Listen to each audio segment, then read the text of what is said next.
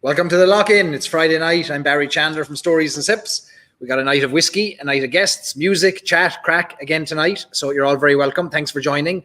Robert Falvey there, first out of the gate, saying hello from Ireland. How you doing, Robert? Going to be a good night tonight, as it always is. Always a good bit of crack, a good bit of chat. You're all very welcome. Hope you made it through the week okay. It seems like the world is opening up a small bit in certain parts. Certainly in the United States, we're opening up a little bit. So things are slowly but surely, hopefully, fingers crossed, getting back to a little bit more of normality. I know Ireland is feeling some of the challenges of vaccinations, as lots of parts of the world are. So hope you're all safe, hope you're all well, and glad you made it here another week. So let me know where you are. Let me know what you're drinking. Let me know what's in your glass.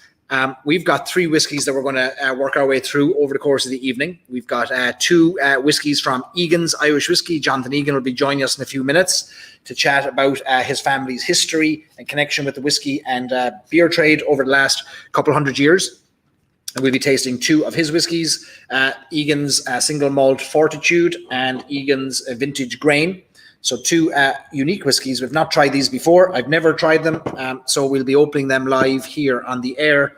And then later on, we will open our Writer's Tears Double Oak. And we'll do that probably in about, probably in the second hour. And we'll then be joined later on by Lawrence Nugent, a fantastic musician, flautist, who has joined us before. He was with us last in September of 2020, so 6 months ago. So Lawrence has been due a return visit, and so we're delighted to have Lawrence. If you are here for the first time, this is a weekly live stream where we celebrate Irish whiskey together, where we try and showcase new brands, smaller brands, maybe whiskies that you may not have come across before. We like to give them a platform. We like to introduce them to you. And we just like to have the crack and have the chat and all hang out together at the end of the week. Until we can do it all again in person, we're going to keep doing this.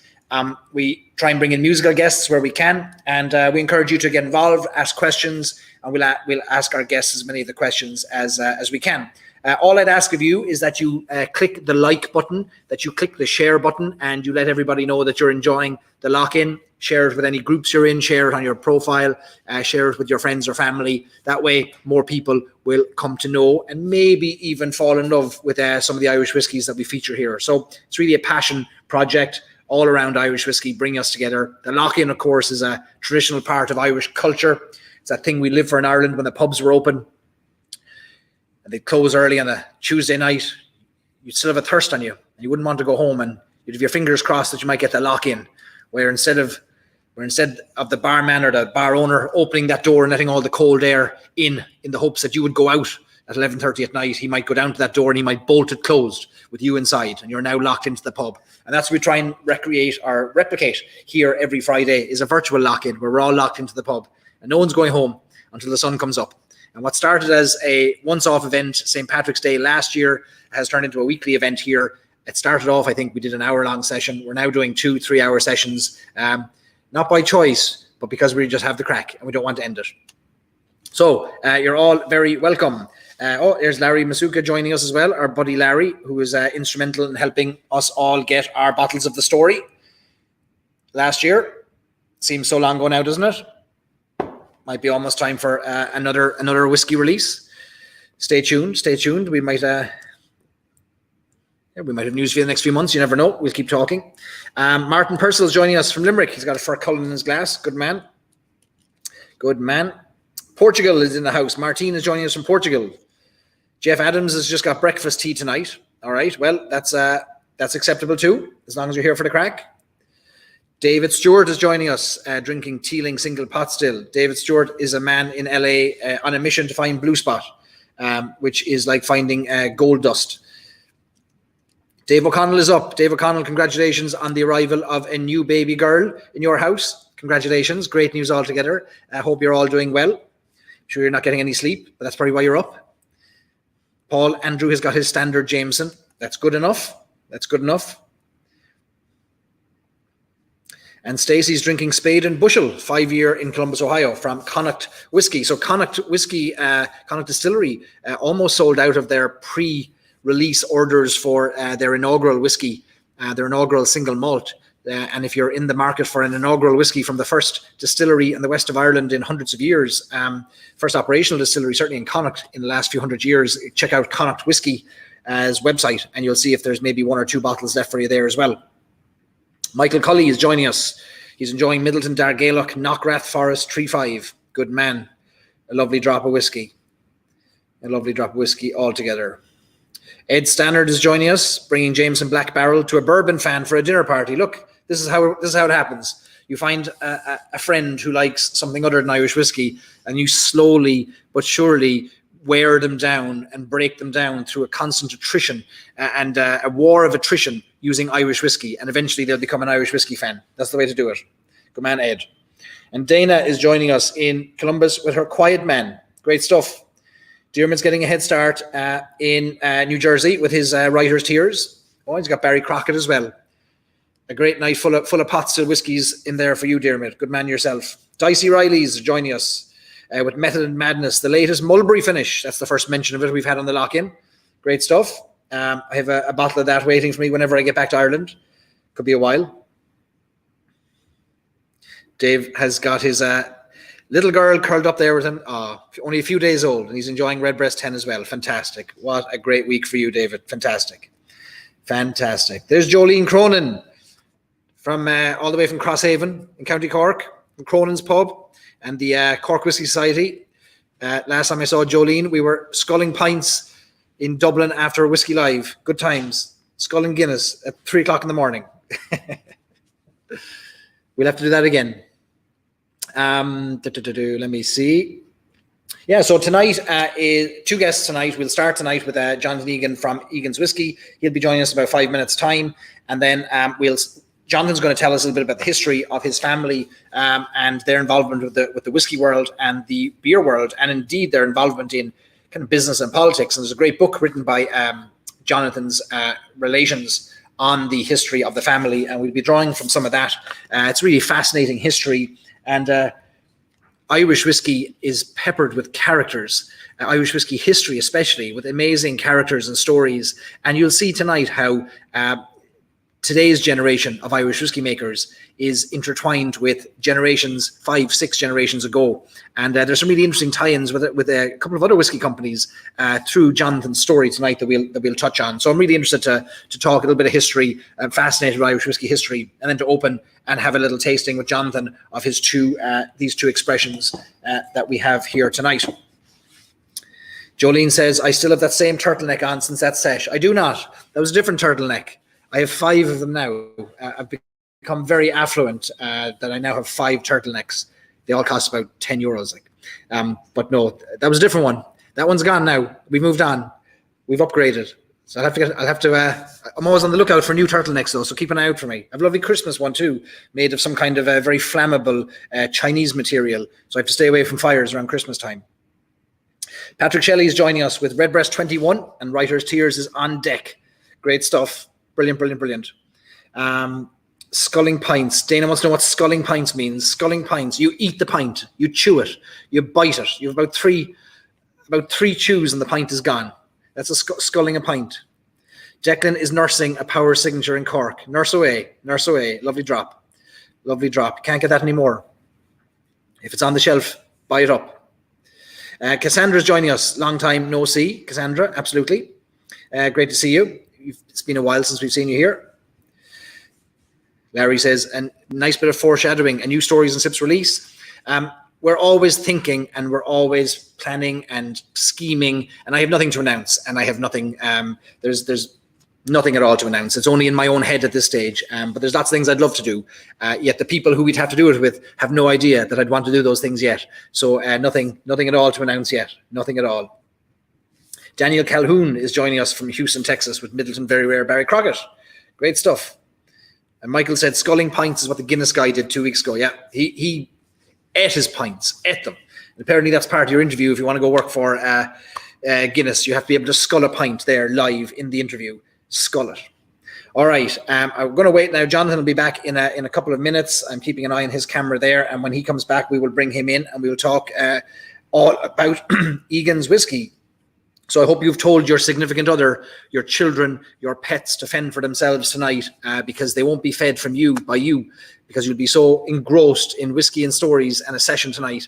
I can't wait for Lawrence Nugent to join us a little bit later on, because he can lift the floor. So get your whiskies into you, get your comfortable seat ready, close the door, tell everyone else don't be bothering you, because you have a session to attend.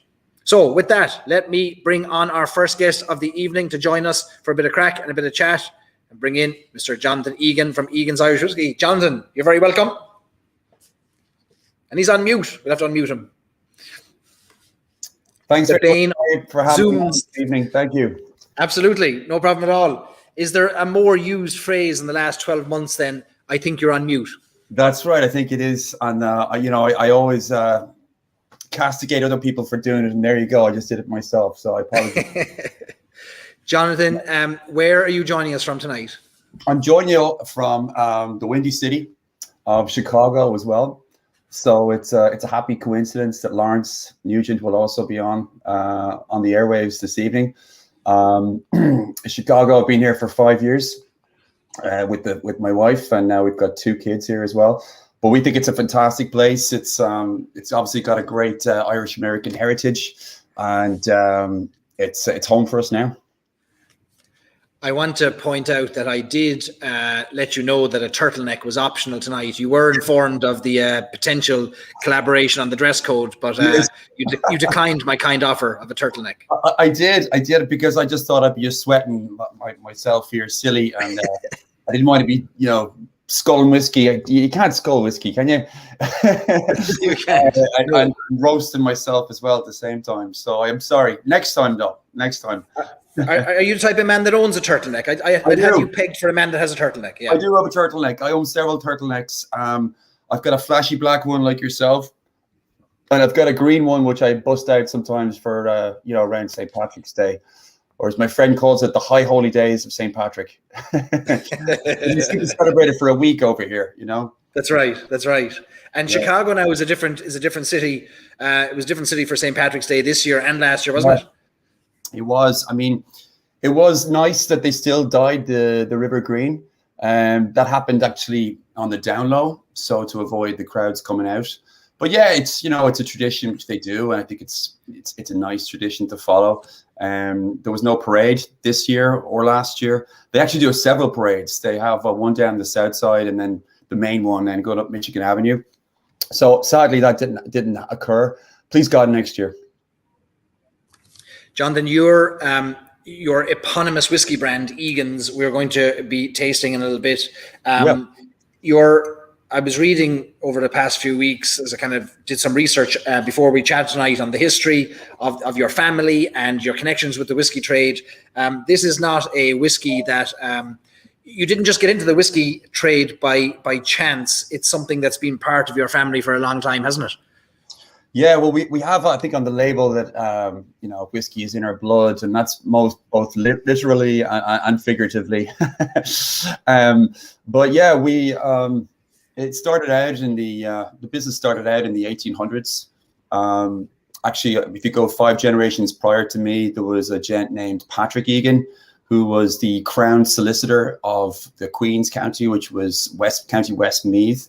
And he was in three different fields. He had his legal profession. He was also a businessman, and he was also liked to dabble in politics a little bit. But he had ambitions to grow his business, and so he moved from Moat, County Westmeath, over to Tullamore, County Offaly.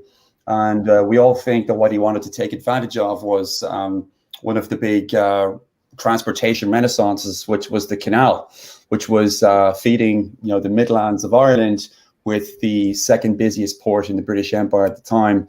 And he wanted to trade his commodities and his corn and his grains, etc. And that's where he settled, and he founded P&H Egan, which was named after his 2 sons, Patrick and Henry. So that's kind of the origin story there.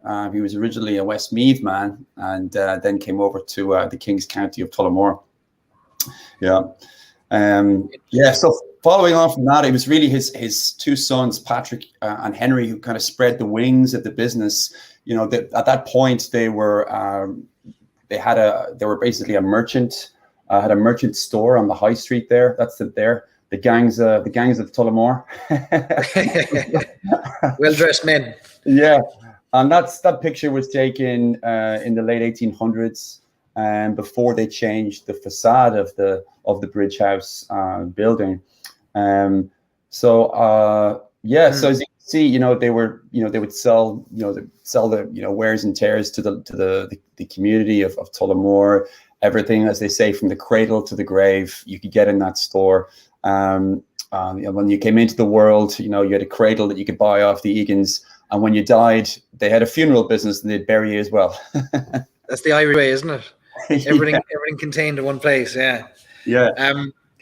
The canals were an interesting development for businesses throughout the Midlands, weren't they? Like you've got like the original Tullamore distillery, the old B. Daly's distillery, yes. Kilbeggan. They all took advantage of that route to get their goods back to Dublin, didn't they? That's right. Kilbeggan, I don't think it's actually on the canal, but there's a feeder onto the canal, which I think unfortunately has since overgrown, and obviously they use the mill there to power the distillery as well. And for those people listening, it's a really wonderful visitor center to go and check out if you ever have the opportunity to go into Kilbeggan. But so the canal, like you said, it was huge for the business and for exporting. And so proud to say that P&H Egan were exporters in the 19th century. And what they would do was they had 2 by-trader barges, which were they would basically take their malted barley and other goods from the town of Tullamore up to the big schmuck of Dublin. They would get the barge onto the Liffey, and they would trade their malted barley to Arthur Guinness and Son in exchange for casks of porter, and then they would go and they would also exchange the barley then for casks of John Power and Son and John Jameson and Son whiskey, which they would then bring back at cask strength back down the canal to Tullamore, and then they would make their own blends and keep it under bond and bottle it. The 3 Bs, as I like to call it. And that was the business model which they employed, I think, to reasonable success. And they had 12 branch offices all around the Midlands.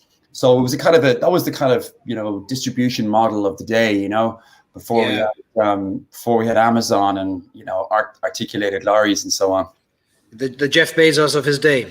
I'm not sure about that, but it was a prosperous business, and they were always looking for the next thing.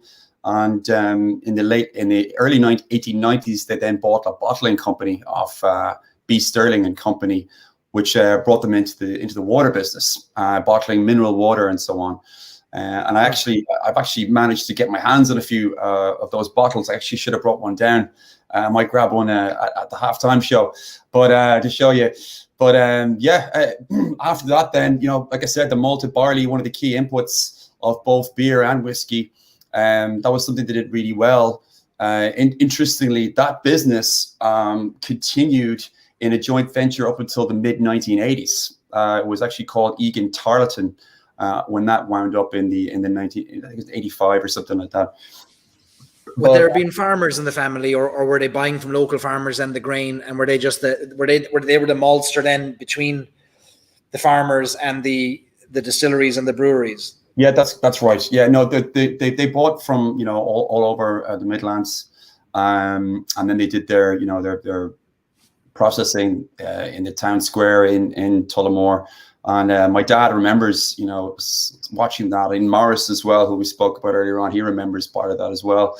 And actually, just super serendipitously, when we launched Egan's for the second time round, as you could say, as opposed to back in the 1800s, when we came to Chicago in 2015, we started, running ads and trying to promote it as best we could. And this gentleman came out, and he got in touch with me through somebody, a mutual friend, and he told me that he used to work for P&H Egan in the 1960s, and he had since emigrated and moved to Chicago.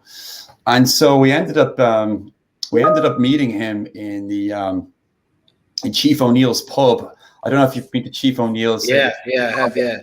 And we took a picture. I'm sorry, I'm having an awful brain fart. I can't remember his name now. It'll come back to me. But we sat down, and he told me about the processes then, and he was referring to that uncle of yours, that grand uncle. I said that was probably a great uncle of mine. And we took a photo, and it just I think it was nice for him as well as for me to kind of have a little bit of nostalgia for Ireland and the behind. Well, there was a comment there from Andrew in Columbus saying Egan is a big name in Columbus, Ohio as well. The early funeral service run by Egan, so there'd be no shortage, I'd say, of Egans that have spread their wings and gone west. Chicago, Midwest could be related. Yeah, absolutely. Big shout out to the Egans of Columbus. Isn't that where didn't you live there for a bit, Barry? I did, yeah. I go back and forth, but 10 years in Columbus, and my wife's from Columbus. Yeah. And we have a huge Columbus audience, great Ohio audience that join us all the time as well. So they're only down the road from you. Great state. Yeah, short 5-hour drive. We had supported the clan Egan. Which is actually quite active here in North America, and my wife she went up to one of the clan get-togethers about 3 years ago, and it was up in Canada in a town called Eganville. Is that right? Yeah, and I think there was about 100 of them.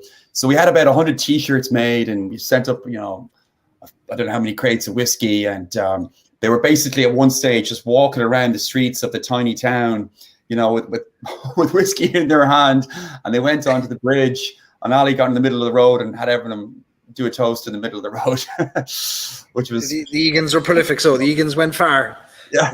Towns named after them. We're actually in the museum, actually. If you're ever in Eganville in Canada, you pop in there, you'll see a couple of bottles on the shelf in the museum. Any Canadians in our audience, reach out and let us know if you've ever been to Eganville. Yeah. I want to talk about the whiskies that were sourced back in the day, because it's fascinating to me. When we go to museums now in Ireland, like obviously you've got the Irish Whiskey Museum. You can see if you go, even you visit Teeling or you visit Jameson and Bow Street, they have historic bottles that maybe had their names on them, but also had the names of the whiskey bottlers and the whiskey bonders of the day. And right. You mentioned John Jameson and Powers that you were sourcing your whiskey from, and then were you maturing those whiskies then further yourselves in Tullamore, or would you have just bottled them up directly after buying them? Do you know? No, not at all. And a great question. No, we had our own bonded warehouse in Tullamore. So, and it's actually by the canal there, quite close to D.E. Williams. And you can see some of them there. And the one there in that picture on the left, that's the aged for 10 years. That's what gave us the inspiration to come back out with another whiskey that was aged for 10 years. So when we released our first expression in 50 years, it was a 10-year-old single malt actually, and was paying a little bit of homage to that whiskey. We think that was probably one of the last ones that was released before they closed the whiskey business. Yeah.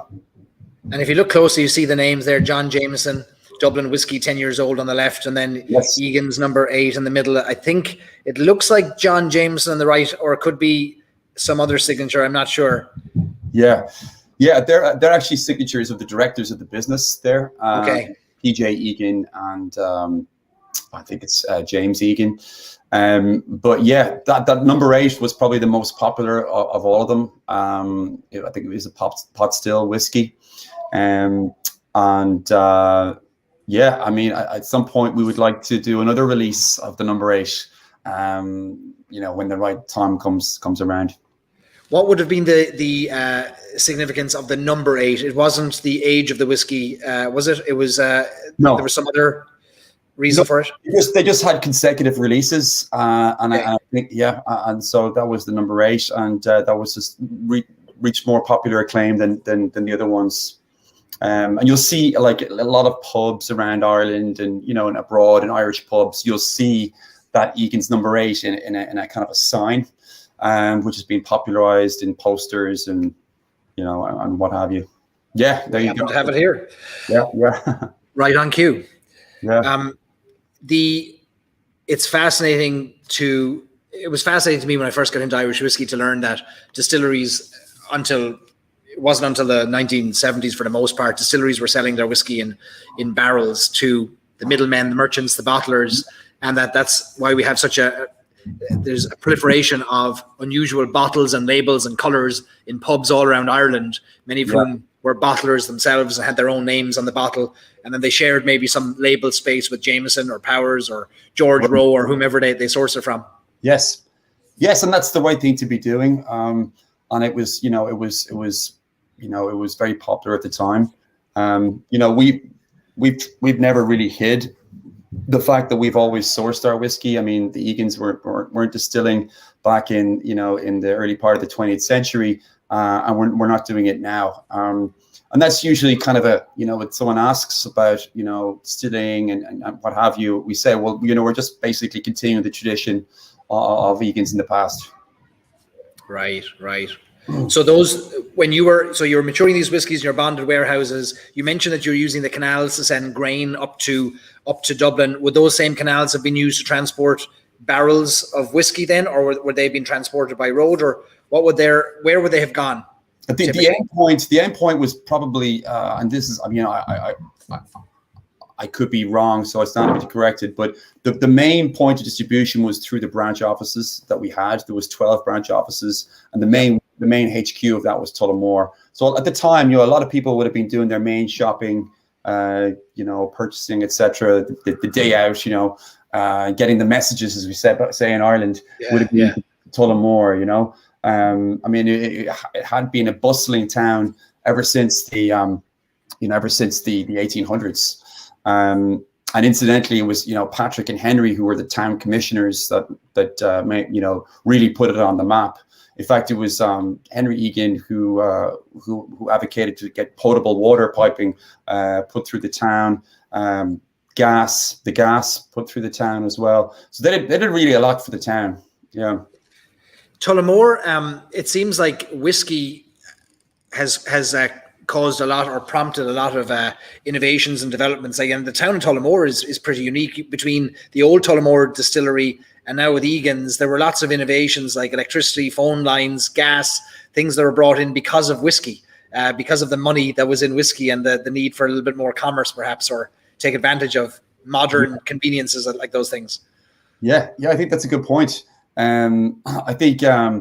I think what's also interesting as well in Tullamore is the political context as well, and the agitation that was there in the 19th century, to campaigning, for the local Irish, the poor Irish, and one of the I really look at Henry Egan as being a bit of a statesman.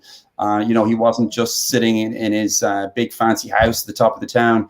He was getting amongst the people. He was advocating for the peasant farmers. He was educated enough to kind of be able to talk to the British and try to advocate for the Irish, and what was essentially the kind of civil rights movement at the time, which was the Land League, the Land League War. Right. So there's two big characters that stand out to me as I was looking through this book, which I'm not sure if I shared yet. So this is a book about your family's impact on Tullamore and Offaly, Moat, Westmeath maybe as well, which is a fantastic read. I've not got through all of it. I skimmed it to look for the word whiskey as much as I could to find all the whiskey related pieces. But there were two big names in the book that stood out, names that would have been familiar to us in primary school history. Charles Stewart Parnell and Daniel O'Connell seem to interface with your family somehow along the way. Yes. So Daniel O'Connell, who was known as the Great Redeemer, he was a close friend of Patrick Egan Sr., formerly of Moat. They both went to the King's Inns in Dublin together. And when Daniel O'Connell he went down and visited Patrick Egan in Moat when they're opening up the National Bank there, and he made him a director actually of the National Bank there. And he addressed Daniel Connell in the square. They were great friends, and right up until when he died, actually, when Daniel Connell died, and I think he was the executor of his will. Daniel O'Connell died in Genoa, in Italy, and Patrick Egan was the executor of his will to his family and his sons. So they were personal friends. And then I think you mentioned Charles Stewart Parnell. So that was about 30 years after that. That was so Patrick's son Henry and Charles Stewart Parnell were also good buddies. And they were in it together on the land league agitation.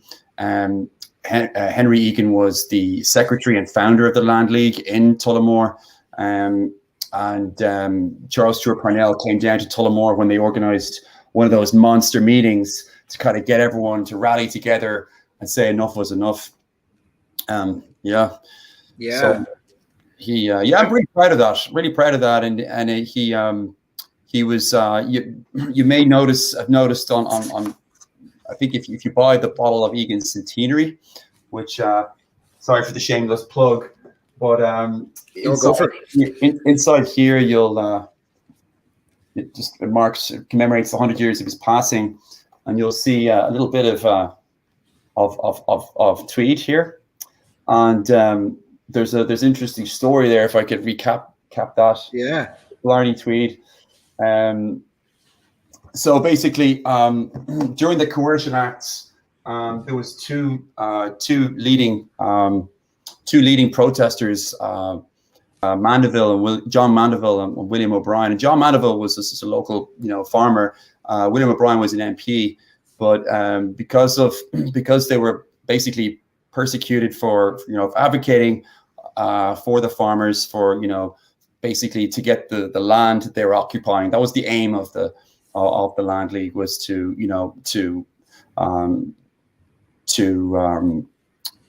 advocate for them to get their land, and there was these very punitive rents that they had to be paying. So they got chucked into jail, Tullamore jail, and as we all know, that's spelled with a G, not a J. And so they were chucked in there, and they were horribly mistreated by the staff of the prison. And Henry Egan decided to bring in a green tweed suit, a green emerald tie, and a soft top hat for them to wear while they were in prison. They were actually subsequently beaten very badly, and on Christmas Eve in 1887, they were released. And sadly, John Mandeville, he died 6 months later as a consequence of the beatings that he had on ill health.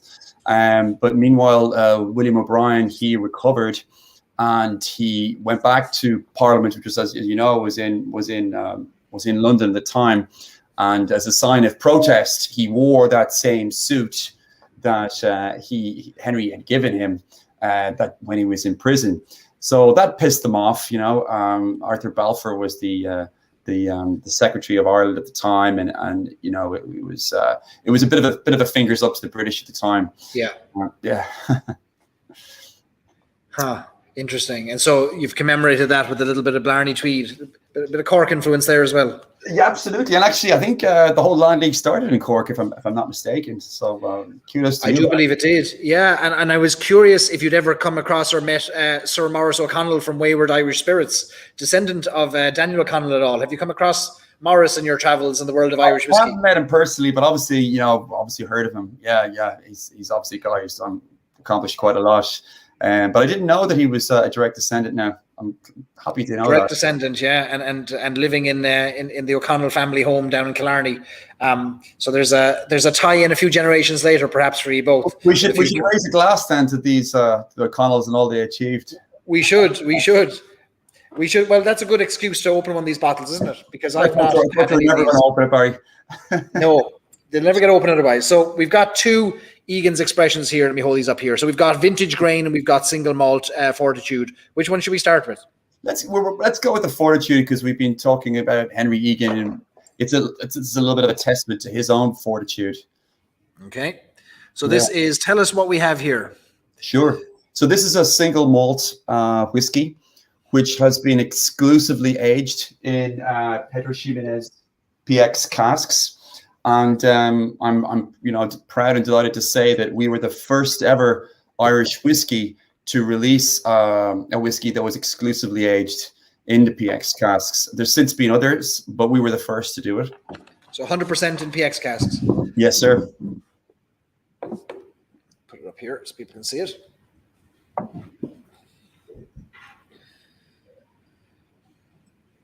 And how long does it spend approximately in the PX casks? I know it's a non-age statement whiskey, but we love a good secret here. Yeah, it's between 4 and 7 years. Yeah. Okay. And was this one of your first releases, or did this come a little bit later? This was, I think, our third release. Yeah, it was our third release. So we felt like, we wanted to identify ourselves as innovators, not people who are running with the crowd. We wanted to do something different, and we felt this was a bit of a bold statement. It's certainly on the nose. It's radically different from a lot of other Irish whiskies. Yeah. I'm not going to take the words out of your mouth, but obviously, there's a big sherry influence there on the nose. But while I have to say it was something that I needed to be warmed up to, the whole team were like, we should give this a go. And I was like, I don't know, it's quite radical. I have to say it's my favorite whiskey of the moment of all of our expressions. Right now. Take a sip. To your good health. Cheers, Jonathan. Thanks for joining us. Pleasure. What do you detect?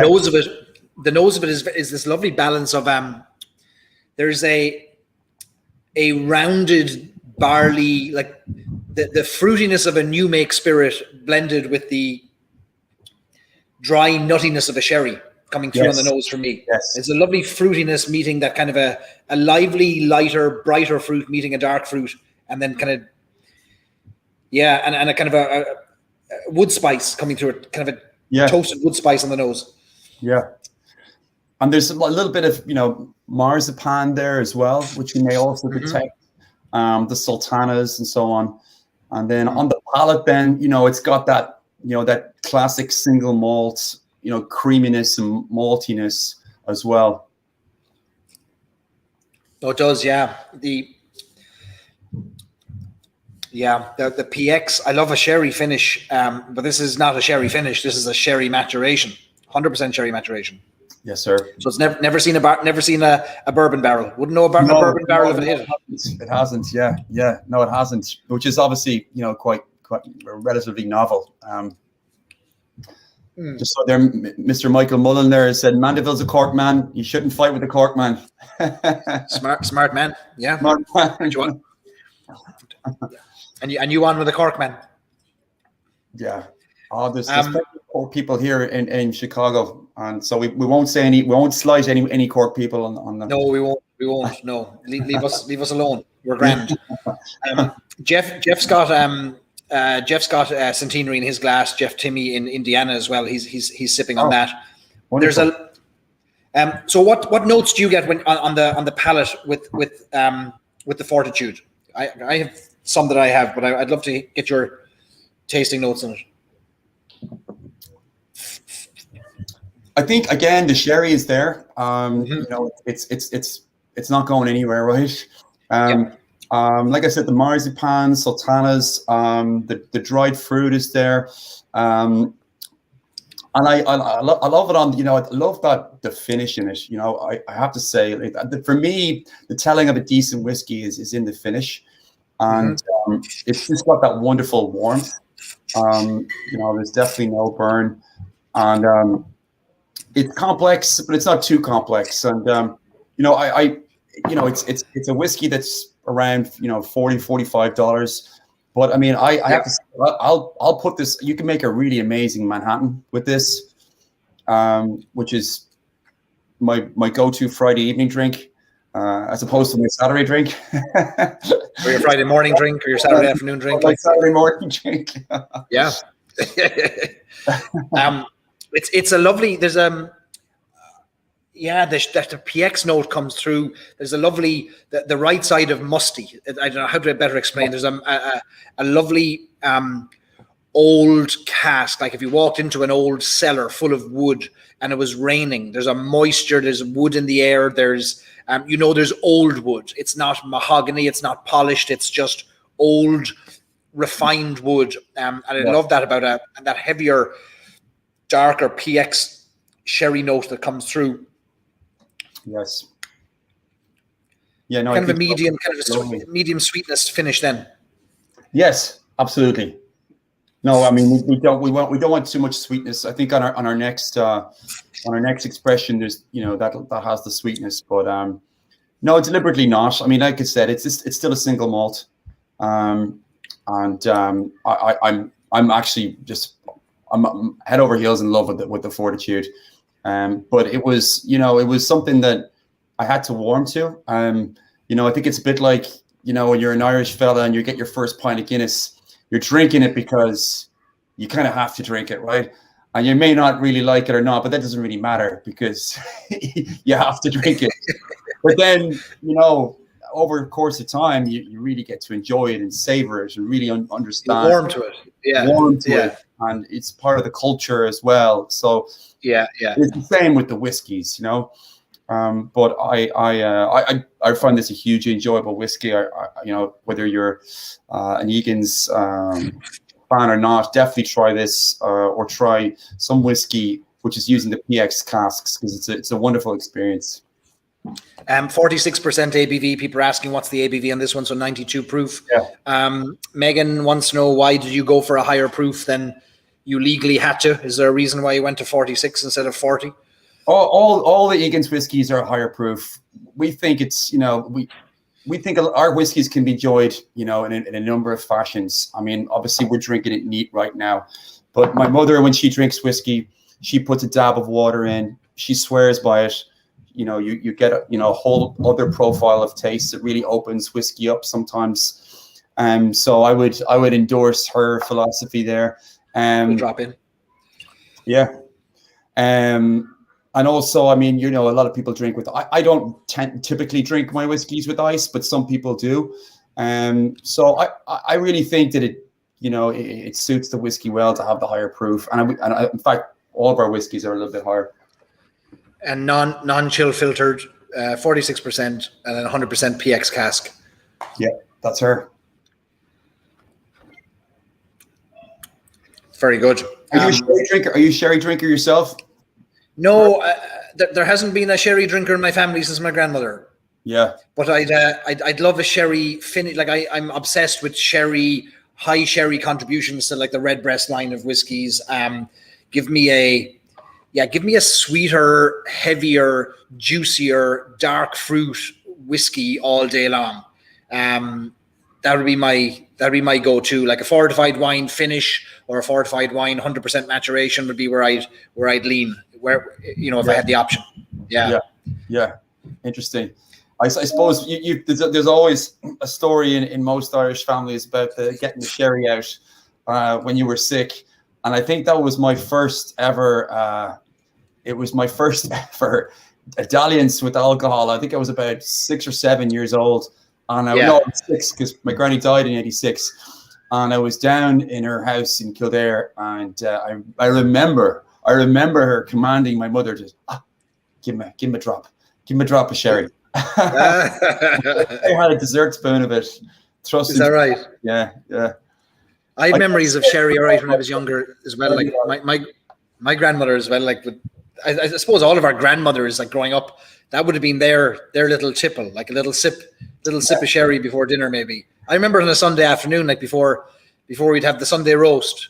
Yeah. The mother would be aiming for 1 o'clock, but by 5 o'clock it still wouldn't be ready. Like, so you'd be sitting there, and the grandmother would be sipping away, and she had a little Waterford Crystal.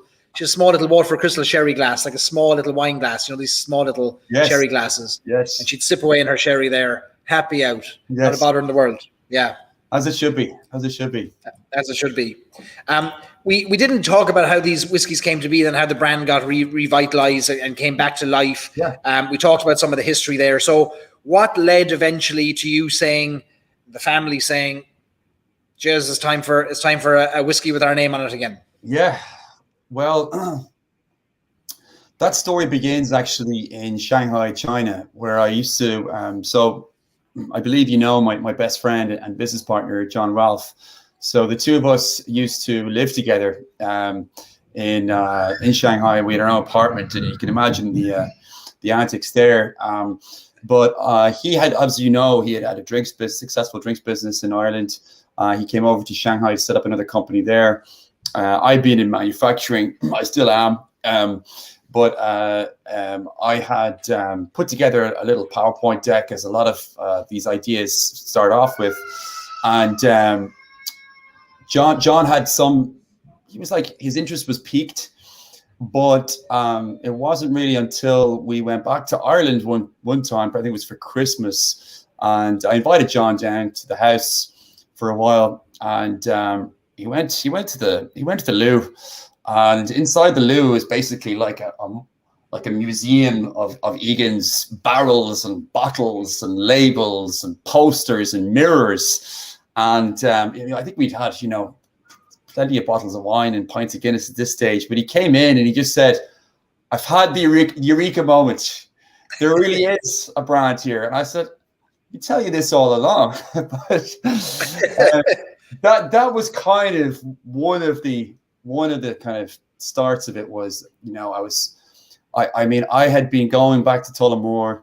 I was born and raised in Kildare, but my grandparents are from Tullamore, and I would go down there most of the summers, and with my granddad, Papa, Patrick Valentine was his name, and he would bring me around Tullamore and show me, okay, this is where we malted the barley, this is where we had the bonded warehouse, this is where the pubs, this is where Egan's pub was, and this is O'Connor Square. And he would tell me all these stories, which just really captured my imagination. And they were best friends with Angela and Des Williams, and I used to go down to their pool and swim there. But I just had a huge affection for Tullamore. I love the concept of it. I'm a bit of a romantic, and it just had been in my mind, since I was a teenager, that I would just love to do something again with the family business. My dad had been in the wine business, and I just I definitely am an idealist. And what's the word? They mash ideas and innovation. There's some fancy word for it, but I began to start to love whiskey from my 20s onwards. Whiskey and really understanding whiskey is not something that happens in your teens for the most part. You really need to grow into it. You need to immerse yourself into it. You need to learn about it. You read books about it. You listen to podcasts with Barry about it.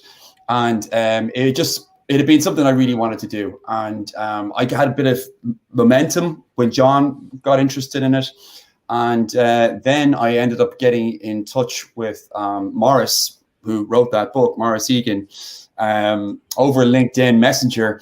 And he was saying to me, "Egan's number 8." And I said, yes. And we ended up meeting in Tullamore about 4 months later, and pouring over the details with John, and the three of us, we hatched together our business plan, and within a year, we'd launched the brand again. Thank God that John went to the toilet when he did, or he might not have a whiskey at all. Absolutely. I hope he's listening. Egan's Irish whiskey, born in a run to the toilet, and improving ever since. But there's a lot of serendipity with the getting the brand started again, and we actually use that as a kind of an impetus to us, saying that this is meant to happen. And I'm not sure a lot of people believe in that and so on, but I do.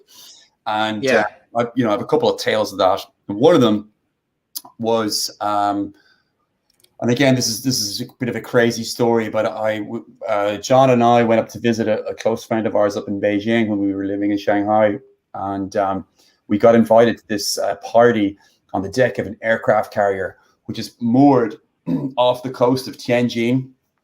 And basically, China bought 2 aircraft carriers off the Ukraine in the 80s. One was commissioned as an actual working carrier called the Liaoning. The second one was kind of a tourist parts vessel, and this is where the party was.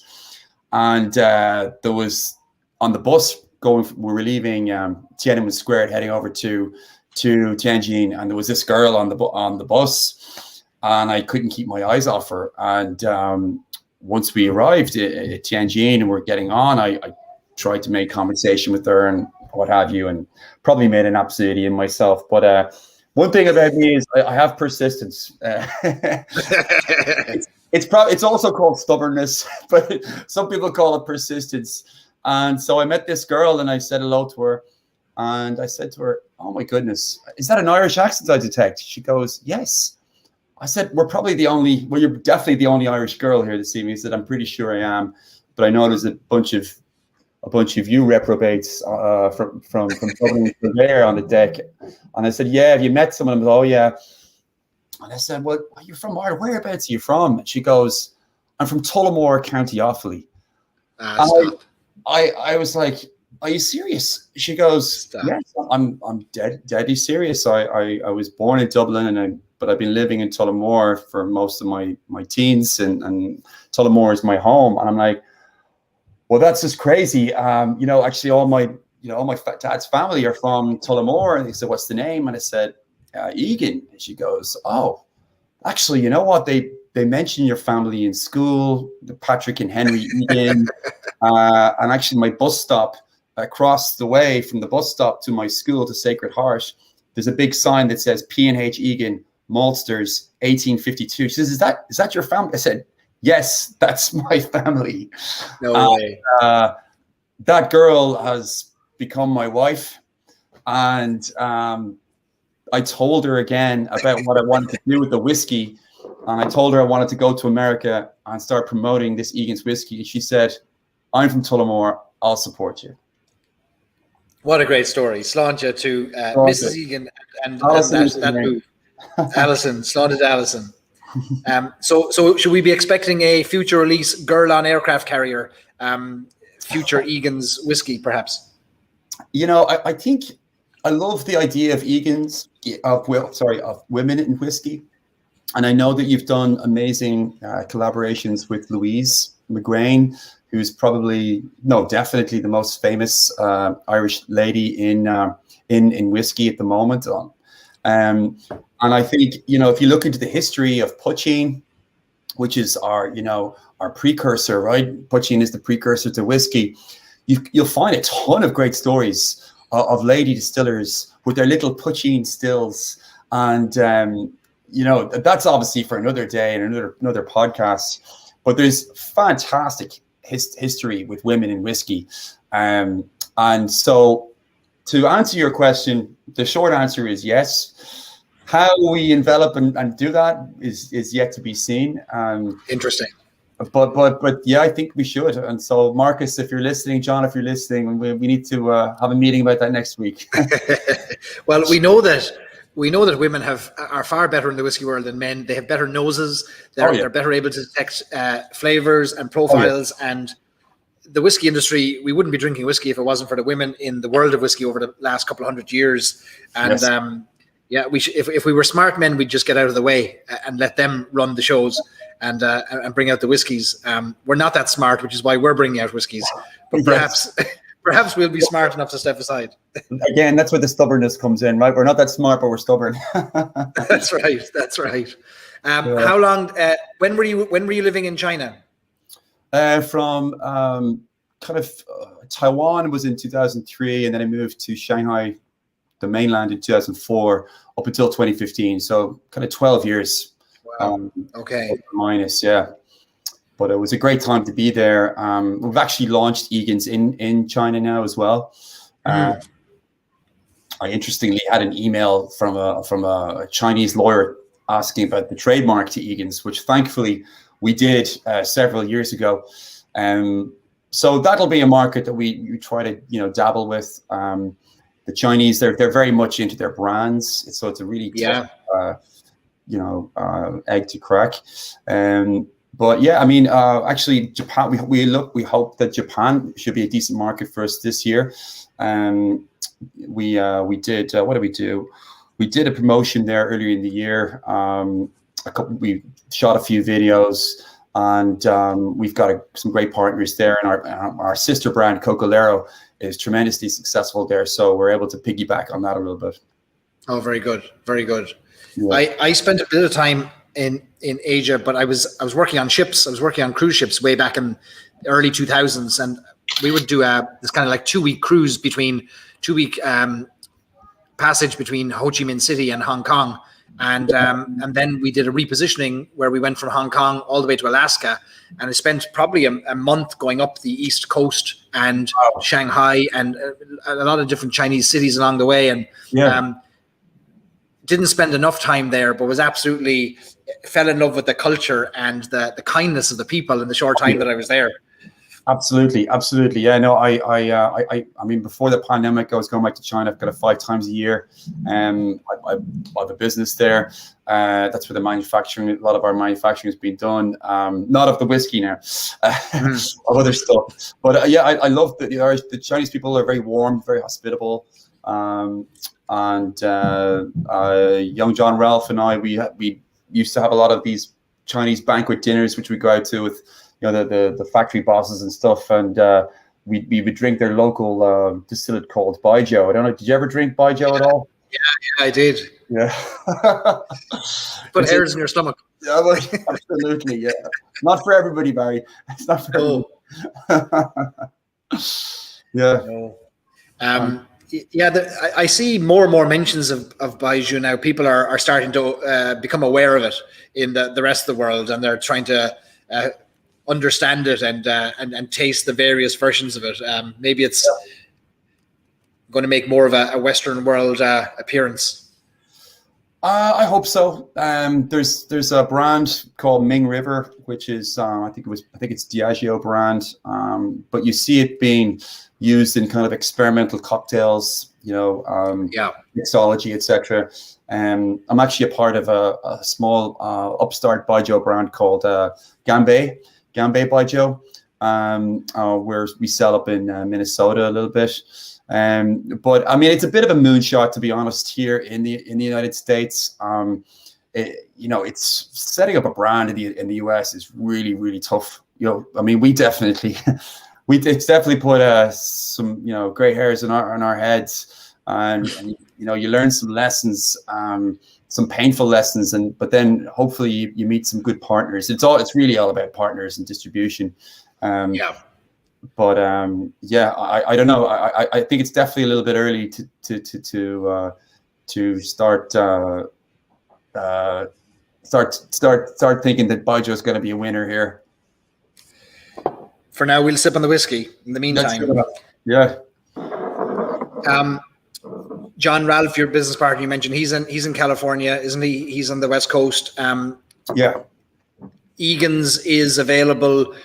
Egan's available through Total Wine throughout the US? Is that your main? That's your retail partner? That's right. So we, prior to that deal, we had been working with distributors in probably about 20 odd states, and it had its ups and downs, and you'd be successful in one state, and then you'd be plowing money into another state, and you wouldn't be getting as much traction at all. Which is the nature of the beast. But we were, our importer basically set us up with this deal, which I think we presented well to them on. And we've really been enjoying our relationship with Total Wine. We're very grateful to Levesque Imports for, facilitating that for us. But Total Wine have been fantastic for us. Our sales are up considerably with the partnership with them, which is only about 9 months old at this stage. But, you really need someone to be in your corner, right? So, and thankfully they are. So it's been great for the brand. I know a whole bunch of our audience managed to go to Total Wine before tonight, and they were sharing pictures in our Facebook group this week of their lineup of whiskies. They found the Fortitude and they found the Vintage Grain, which was great to see. Thank you, everybody. Greg Anderson says the Centenary is dangerously good. Oh, it's just really silky. It's a beautiful whiskey. It's not to be tampered with any cocktail. maybe a little bit of water because my mother says so, and maybe a smidge of ice, but it's wonderful. That's really a kind of a special occasion type whiskey for me. Martin Hilliard says, sell a limited edition for Stories and Sips. Put a Stories and Sips label on one of your bottles. Yes. You mentioned Alison saying that she saw the name, the Egan name, when she got off the bus. The Egan, the legacy of Egan still lives on in Tullamore. Many people will be familiar with a building that they may not be familiar in Ireland, or they may not realise that it was the original P&H Egan building. But the Bridge House in Tullamore, that's the original home of P&H Egan, isn't it? Bought by Patrick Egan in the year of our Lord. I think it was I could be wrong now, but it was 1870 something. Morris will correct me. But the original Gangs of Tullamore photo was taken there in the front before they added that facade. I think it was in 1912. That's this picture here. Yes, yeah. You're very nimble with the pictures there, I have to say, Barry. Yeah, that's a nice shot there. And incidentally, my great grandfather, my great grandfather, Patrick Egan, who was managing director of the firm at the time, he was. They just bought that bottling company, B. Sterling and Company, for would have been, I don't know, I bet probably about $1 million or so in today's money. And they had their senior management offices up there on the 3rd floor. And we all believe that, him trying to figure out how he's going to pay back all this debt is what gave him a heart attack. And he sadly had a heart attack in the office there, which is the second window from the right there. When they're at the ripe old age of 52, leaving a wife and I think it was 8 kids behind. Wow. But happily, the business did prosper, and Henry was there to pick up the reins, and there was a whole raft of Egans, which helped develop the business. Yeah. It's incredible when you walk around cities in Ireland and towns in Ireland. It's not until somebody points out to you what a building was, or they make you look for a second longer than you would typically have looked, that you start to see the names that are so familiar to us. There's a great whiskey tour you can do in Cork. Eric Ryan is a distiller down in the Middleton Distillery, and he runs the Cork Whiskey Walk. And it's I grew up in Cork, and I'd like to think I know the city. But you walk around the city with Eric, and he pauses and he stops outside a nondescript building. And he says, look up, and up there then in the building, you'll see things like the name Murphy. And that was the Murphy family from the Middleton Distillery and from Murphy Brewery. And you start to see all these connections that you realize, well, it was whiskey and it was beer that built many of these towns and cities in Ireland back in the day, and built these buildings that stand the test of the time because there was money to go into them. Absolutely. It's great to see, Ireland. I mean, our food and drink, has historically been, world famous, and continues to be so. Cork is obviously a great bastion of that, with the stouts, the teas, the whiskies. Come on, Barry, blow your own trumpet here. Listen, to be far from me to be blowing Cork's trumpet, it does a great job of it itself, Yes, it does. Yes, it does. Yeah, right. I mean, Cork. I mean, we should do a whole night on Cork, but I wish you could get Murphy's. I wish it was more, prevalent. It's a beautiful stout, and I don't know. I know. Yeah, we got the bad news 2 weeks ago on the lock-in that they're discontinuing the importation or the distribution of Murphy's in America. Which is not good for us at all. No. Sorry to hear that. And it's interesting, Murphy Brewery and the Murphy Distillery. So Middleton Distillery and the Murphy Brewery, which is in what's the name of it in Cork? The name has evaded me. But the Murphy Brewery and the Murphy Distillery, both started by the same family, different members of the same family, are the only brewery and the only distillery that are still standing in Cork.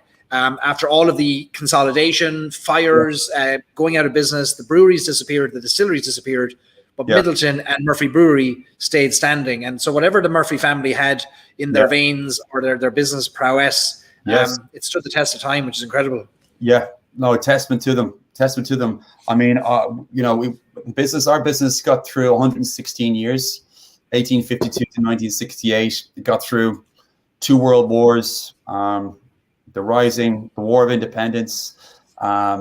But people ask me all the time, what happened? I would say, consolidation, advanced transportation, supermarkets, and that's what led to the winding down in 1968. And actually, there's another serendipitous story there, actually, because so basically, as I said, the Williams and the Egans were very close friends. In Tullamore, they're intertwined with Tullamore history, and when they were winding down operations, they were selling off different business units and creating joint ventures. One of the joint ventures was in a bottling operation with D.E. Williams. So P&H Egan and D.E. Williams merged. I think it was also in an effort to ease the layoffs as well. And the new board was basically 2 Williamses, 2 Egans. And this just blew our mind off. We were reading this clipping, which my uncle Peter had, God rest him, about 7 years ago, when John and I were, basically trying to put all the elements together to do the relaunch. And we were reading through this little newspaper clip out from 1967, and you had 2 Williamses, Des Williams and I can't remember the other name, Patrick Egan, Larry Egan, and a guy called W.J. Ralph. His name was Willie Ralph was his name. And Ralph is not a common name in Ireland at all. And the fact that there was a Ralph then and there's a Ralph now just kind of blew our heads off for a second. Now, these things. That's wild. You're kind of 2 sheets to the wind. But even looking back in the cold light of sobriety, it's still, something, remarkable. There's bound to be a connection there somewhere. Well, we asked, we tried to figure it out, and John says there's no link, but in any event, it's still, it still adds to the story, right? And that's what it's all about. Of course, yeah. That's the romance.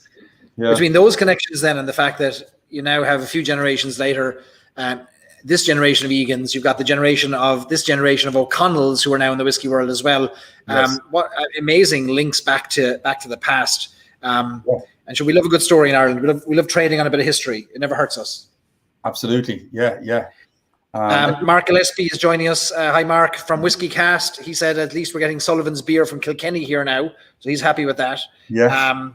And he wants to know if we have any thoughts on the 2 Stacks dram in the can. We have lots of thoughts about that. I'm still recovering from last week's lock-in, which was an unbelievable session that we had where we launched the dram in the can. I have no cans left, but I have some of the 2 Stacks cast strength whiskey, which is a remarkable whiskey. 65% ABV. It'll put hair on the palms of your hand, but a very flavorful whiskey altogether. And we should congratulate Mark Gillespie on being awarded Global Communicator of the Year from Whiskey Magazine yesterday. So, Mark, congratulations on your award. Well done. Well done, Mark. So, cheers, Mark. Well done. All righty. Let us open the second whiskey. We are moving on to a grain whiskey. So this would be the rarest of styles of Irish whiskey that we see in the market. Grain whiskey does not make much of an appearance, increasingly so, but not much of an appearance. Correct. Why did you choose a grain whiskey? Again, we don't really want to be, doing everything that everybody else is doing. But we thought that, especially with the American consumer, the North American consumer, that this is a whiskey that is easy for them to transition from your traditional bourbon drinker, and yourself, Barry, it's, once you start drinking a whiskey and you like it, it's really hard for you to transition onto something else. And, like look at the Irish old man who's in his 50s and 60s and 70s. And I'll do the same, by the way. It's really hard to put something different in front of them.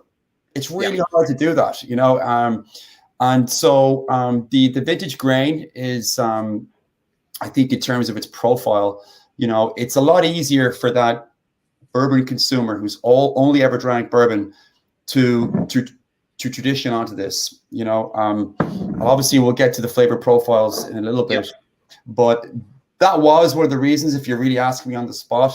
But it was also a whiskey as well that's very versatile. You know, you can drink it neat. You can put it in a cocktail. It makes wonderful cocktails. You know, the notes and profile of it, you know, it's great, you know, with ginger beer. It's great. And it's just fantastically versatile, and mixologists really, really like it. So grain. Yeah, lots of people taking umbrage with the 50s isn't old. It's not. You know, it's just, it is really hard to introduce new brands to people, and so that's all I'm saying. Sorry, David. Love you, brother. All right. So as we insult all of our 50-year-old audience, we'll talk about what grain whiskey is. So grain whiskey is a legal definition in Ireland. It's one of the 4/5 styles of Irish whiskey. You've got malt whiskey, you've got pot still whiskey, you've got grain whiskey. Then you've got a blend, which is 2 or more of all of those, and you've got a kind of a 5th category of it's none of those things, but it's made in Ireland, so it's kind of an Irish whiskey. But grain whiskey is not made in the onion-shaped copper pot stills that we're familiar with and that adorn the front of all the whiskey websites and brochures. Grain whiskey is made in a column still, or a coffee still, a continuous still. Right. And it's made from a mixture, well, typically a grain like maize is used, corn, and then a small percentage, oftentimes up to 30% by legal definition of malted barley as well. Right. Do we know what percentages are in this? It's about an 85-15, 85 maize. Yeah. That's the ratio there.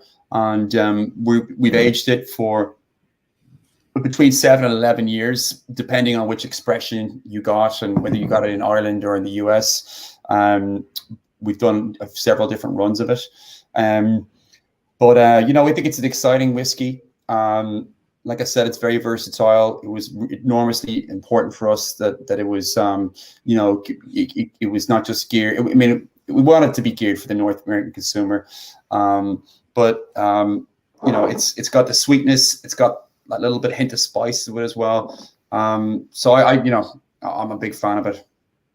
It's if this was made in America, it would be called bourbon. It's more than 51% corn. It's aged in oak barrels, maybe not new oak barrels, but it's aged. It's got the bourbon barrels. This is aged in, right? So this is the Irish throwing the dice towards the Americans, saying, "You like your bourbon, you like this."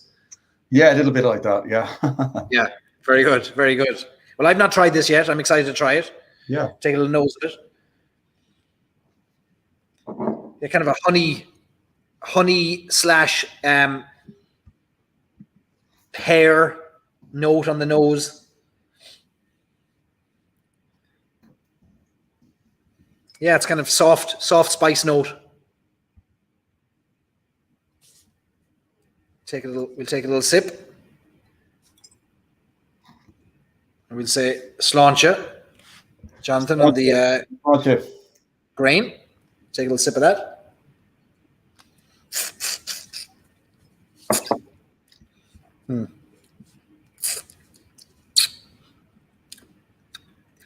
Well, that sweetness oil comes through, doesn't it? Oh, it really does. Yeah, yeah. A little bit of melon, a little bit of apple, a little bit of white grape. Yes. Oh, that's lovely. Nice sweetness to that. Yeah. That's your Monday night whiskey there, Barry. That's my Monday night. What do I do for breakfast? Have you got a breakfast offering for me? You can put it in your cornflakes. We all need a cornflakes whiskey.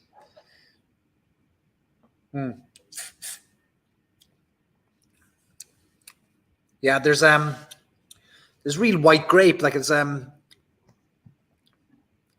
vanilla white grape, vanilla ice cream with a little bit of grape juice. Vanilla is what comes up a lot, yeah. Yeah.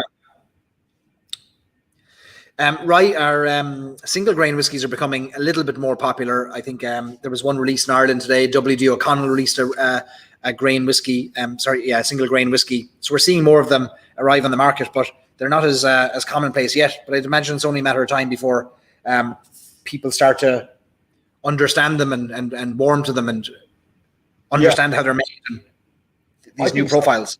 I think so too, and I think that what's happening right now, is that people, especially with the pandemic, people are getting bottles, drinking by themselves unashamedly. I drink by myself all the time, and researching online. What can I do? What's different to do? What's interesting? And people are playing around now a little bit more, and listening to shows like yourself, and it's fun to experiment, and it's fun to drink. You don't have to drink the drink that your dad drank or your grandfather. You don't. I mean, if it's Guinness, you're gonna be drinking it anyway. But have a little fun, and I love to experiment, and I think the vintage grain is great, especially when you're making cocktails. Trying out new stuff, it just works great. Grain whiskies are most commonly used in Ireland in blends.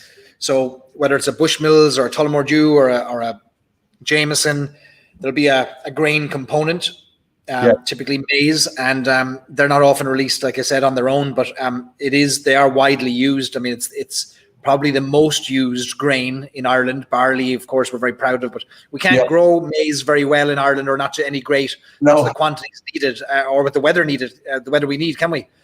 That's true. Yeah, that's true. A lot of the maize that's used, it doesn't necessarily come from Ireland. South of France, Spain is where we get our maize from. Yeah. Yes. We have to be very grateful to the French. I think it's mostly the French maize that comes into Ireland. Say no more, Barry. Say no more. Say no more. We'll It's time for you to be a cute whore now, Barry. We'll thank them.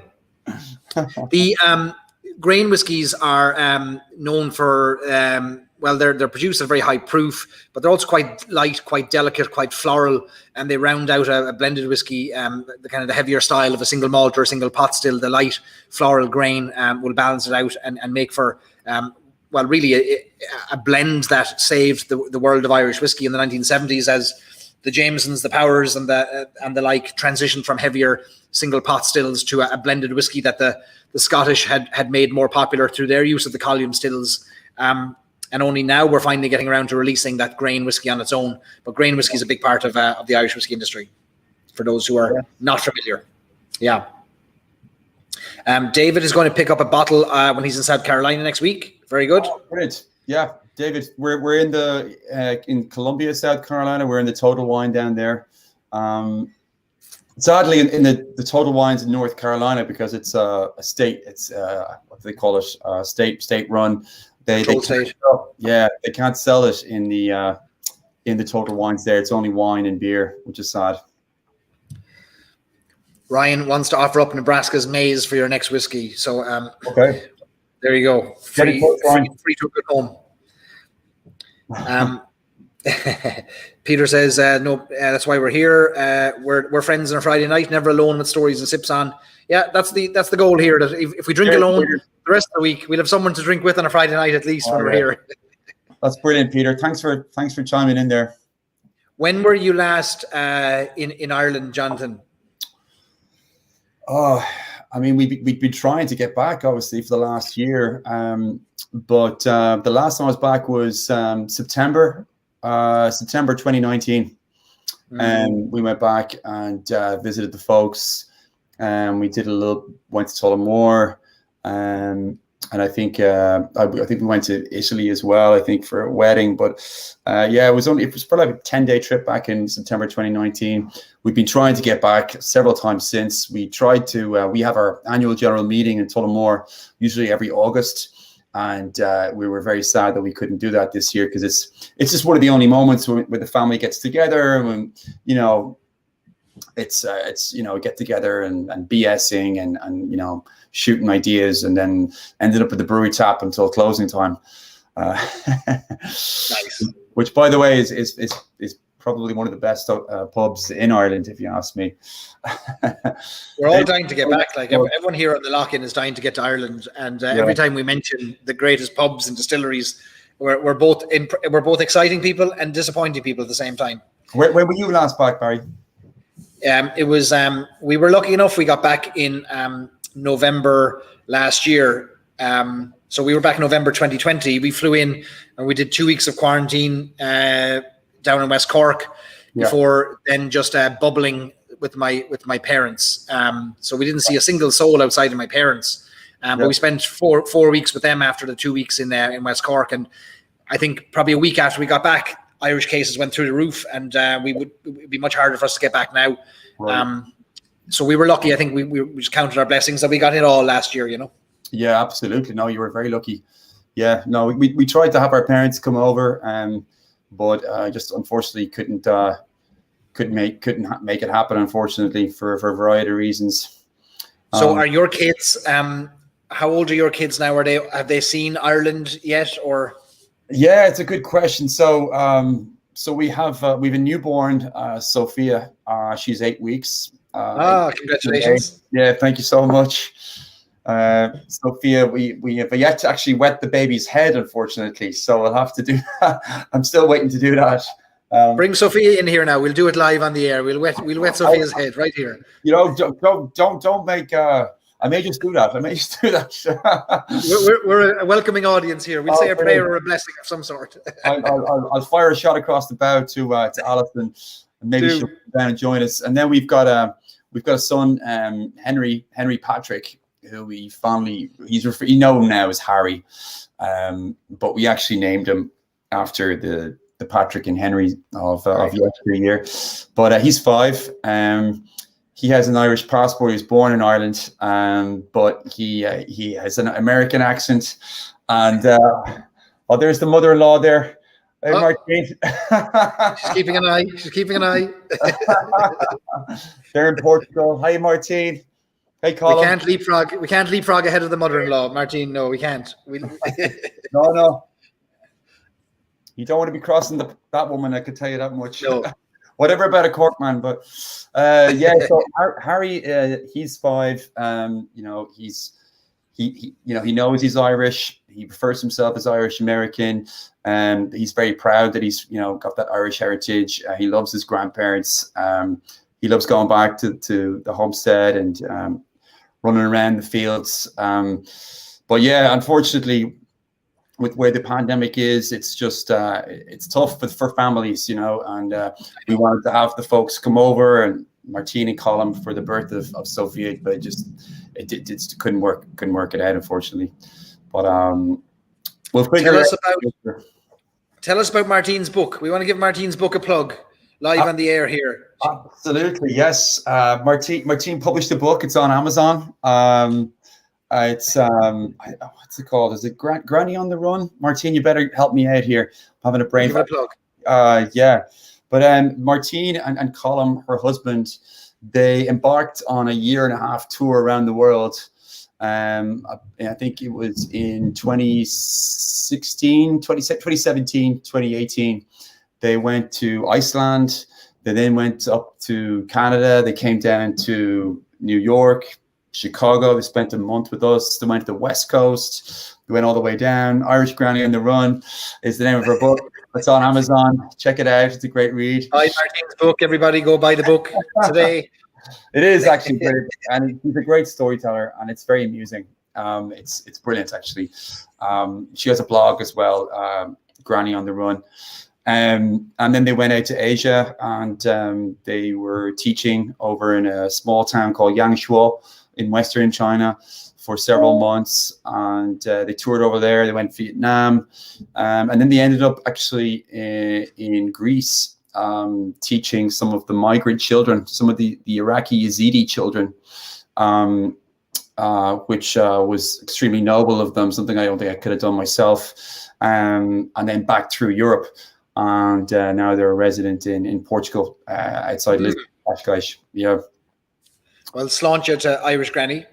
Hopefully people check out the blog and check out the book. And the grannies have a big role to play in kiddies' lives in Ireland. My wife is from America. Obviously, she's from Ohio.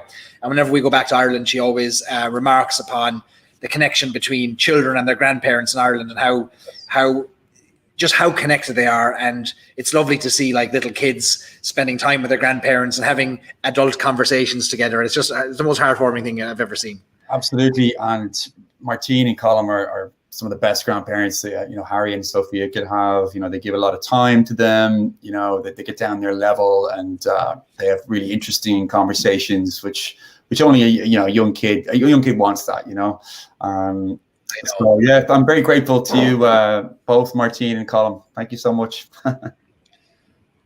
Where would we be without the parents-in-law and the parents and the grannies? Absolutely. When did you come over to the States first, Barry? 2006. I came over first, and yeah. Was that on the Morrison? Was that the Morrison visa back then, or was it something else? Or no, I had a business that I brought over, and I ended up meeting somebody in Ohio. Yeah. We were together for a while, and then we weren't together anymore. But I loved Ohio, and I stayed there. Yeah. And ran my business there, and eventually my business moved out to California. The business got taken over and acquired by a company in California. So I moved out to California as part of that and spent a few years in north of San Diego, and then moved back to Ohio, and then met my wife in Ohio. Then we spent a few years in Ohio together, and then decided we're going to come back. We're going to come out to California again. And so it's been a Ohio, California back and forth over the last few years. Very cool. So yeah. The Midwest is in my roots now. Is in my veins at this stage. Yeah, absolutely. I mean, we love the Midwest. We love the people here. We feel with Chicago, obviously we're a little bit biased, but it's got the friendliness of the Midwest, but it's still cosmopolitan enough city, and we love it here. We've been really blessed to. I've met some great friends who are just like family, really. A great community. So I adore this city. It has its flaws, obviously, but just amazing warmth, and the festivals that are here, and in the summertime everyone goes crazy, and then in the winter people hibernate. Yeah. I listen to drink whiskey.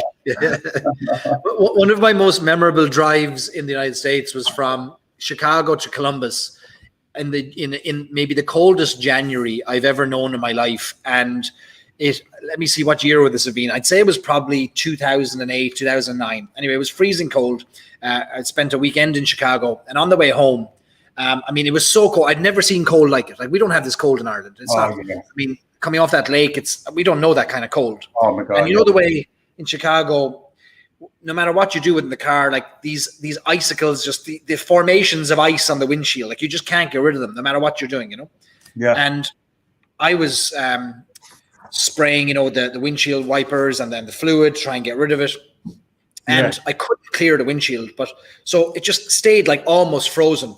And probably about a half an hour outside of Chicago, and there was this big thud. Something hit the windshield, and it was a bird that had flown straight into the windshield and cracked its head on the windshield upon impact, but it instantly froze and stuck to the windshield. Wow. With bits of it all over the windshield. And it was one of those moments where I had one of those Bart Simpson screams with fright as it hit the windshield. But that wasn't the worst of it, because another 10 minutes later, the bird fell off, and I noticed it had left a massive crack in the windshield. Oh, and immediately the crack got bigger and bigger and bigger and bigger, to the point where the entire windshield was just one solid crack. And it's freezing outside. We eventually managed to make it to Ohio. I don't know how we did with the windshield the way it was, because there was no way of getting out of the car and doing anything at minus 20 degrees. But it turned me off the winters in Illinois and Chicago for the rest of my life. Oh, I'm not surprised. Well, was this the time of the polar vortex, was it? I think, it probably was. I bet it was. Yeah. That was upside down. That was unreal. And like you said, we don't know cold like that back home. And as people listening here who have been to Ireland or from Ireland, the first thing you do when you meet an Irish person is talk about the weather. And you have to think about it. It's 2 times out of 10 you might say it's grand, but the rest of the time something's wrong with it. But that time there really was something wrong with it. We cracked an egg open during the height of it, threw it outside onto the deck, and the whole thing froze within about 45 seconds or so. I mean, it was crazy. Yeah. But hopefully that won't. We're very impressed with that in Ireland. We're very impressed with extremes of weather. The Irish, we will never fail to be amazed by heat or extreme cold. We can't believe it. And there was the snow. There was the snow apocalypse, wasn't there, a few years That's ago? right. That's right. It never ends. Michael says Chicago was great the weekend. Ireland beat the All Blacks. It was. So wasn't I in the stands as well for that game? I loved it. It was brilliant. I think half of Ireland was in the stands for that weekend. That was just a brilliant weekend, or that was, I mean, the week. So Michael probably knows well. He was probably there, watching it. But that was the week that Chicago won the World Series. That's right. And my father, I flew my dad in for the weekend to watch the game, and he came in with my uncle Brian, and I met them at the airport. They flew in from London, and picked them up, and it was 2015, so Egan's had just launched, and I really, really wanted to take them to a bar where they had Egan's. And right beside Chicago O'Hare, there's quite a fancy place called Gibson's Bar and Restaurant. It's obviously Gibson's is really famous for people who know anything about Chicago. So we went in there, and we sat at the bar. We had a couple of Egan's. John joined us as well. So the four of us are there, because my dad was kind of out of it, and so was my uncle Brian. So here's what they need. They need a good 94 proof single malt. So we threw that into them, and sure, Jesus, they were right as rain after about 5-10 minutes. But it was the final, when they played, it was the last game of the World Series. And I don't know what inning it was. I think it was like the fourth or fifth inning, but I could see my dad's head nodding a little bit. So I said, right, need to get them home. So got into the car, started driving back, dropped off Uncle Brian at his hotel. And we're driving back, and Dad had passed out, and he woke up. And as he woke up, there was people flashing their lights at me and honking the horn. And Dad, jet lagged, few whiskeys in him. He didn't know where he was. So it's like, Jonathan, you're driving on the wrong side of the road, and everyone's flashing their lights and honking their horns at you. Dad, steady on. What? I said, no, you're in Chicago. They drive on the wrong side of the road here, and I think I know what's happened. So he's never watched a game of baseball in his life. We get back to the apartment, and we're in a condo, a big American condo building on the 35th floor. And I put my dad down, dozes off, wakes up again about an hour later, and he walks out to the window, and he's looking around, and there's fireworks as far as you can see. So we're in Old Town, and where we were in this building, you could see the entire city. And it was lit up like the 4th of July. And Dad still really didn't know what had happened, and I hadn't really got a proper opportunity to tell him about the Cubs and the historical, the history that was being made. And he says to me, like, there's like 50, 100 fireworks going on. He says, Jesus, Jonathan, is it like this every weekend here in Chicago? The big smoke, he had a great impression of Chicago, and we did an Egan's event on the Friday, which was it was very festive, and then on the Saturday, obviously we had the game, and the weather was it was like a beautiful summer's day in Ireland in November. I think it must have been about late teens, early 20s, blue skies, no wind. And Robert Henshaw crashes over the line against the All Blacks, and it could have been in Lansdowne Road. You honestly could have been in Lansdowne Road. It was just we were probably in the same pubs that day. Like I got my full Irish in the Kerryman before the game, and got a good feed of pints as well. But I'd say we could have been standing beside each other in the pubs that day. Yeah. I mean, some of the pubs ran out of beer. Like, they genuinely ran out of beer. The Gage, owned by the Lawless family, I heard that they ran out of beer. Which I mean, when does that happen? It just doesn't happen. I know. Unreal. It was just a crazy weekend. Yeah, once in a lifetime. Once in a lifetime. It's like, I wonder how many Irish claim to have been at that game, because we know that 4.5 million Irish claim to have been at the game in Munster in the 70s when they beat the All Blacks in a 20,000 seater stadium. Half of Ireland says they were there. Right. I was there, Barry, even though I wasn't even born then, but I was there. Oh yeah. Oh, Yeah, stop. that was a weekend to remember for sure. You know, we had Morris flew in from South Africa, Dad flew in from Dublin, my uncle flew in from England, John came in from the West Coast, my cousin came in from the West Coast. She lives up in LA as well, and we just had a lovely get together. But it was, to be very honest with you, I mean, with all the festivities and stuff going on, I think we had a fairly early enough night that Saturday, to be honest, because, you know, there was the Thursday, the Friday. And as you know, they do the pre-game in America, you know, the tailgating. Yeah. So the tailgating was furious, you know. Oh, it was unreal. Yeah. Yeah. There was more Irish in the tailgate. There was more Irish in the parking lots there than I'd ever seen in Ireland, honestly, that day. Oh yeah, no, it was mayhem. It was brilliant. I mean, just one of the best weekends absolutely ever. It was a who's who of the Irish in Chicago. People are being pointed out to me. This fella here now, he came over 20 years ago, started a construction company, employs 400 people now. And it was that kind of a thing the whole night. Like, you know, it was pointing out, here's the Irish person I know in Chicago. It was nice. Like, it was lovely. Yeah. Yeah, a lot of Irish people have done well here. I need to give a shout out to Matty Moore, who's the owner of the Chicago Cut Steakhouse here in Chicago. He supported us at the very beginning, and I'm very grateful. And to PJ, the bartender. Cheers. Cheers, Sláinte. We'll have to do when the world opens up. We'll have to do something in Chicago with the lock-in. Do some stories and sips event in Chicago. Absolutely. So the Lawless Sisters, Amy and Clodagh, have the most amazing restaurant called the Dearborn, which is on Dearborn and Randolph, and they just that service at its best. So if we're ready for us, I would love to do it there. They have a great private room at the back, and we can do something, Barry. So lovely. Tee them up, get them warmed. I will. We're coming.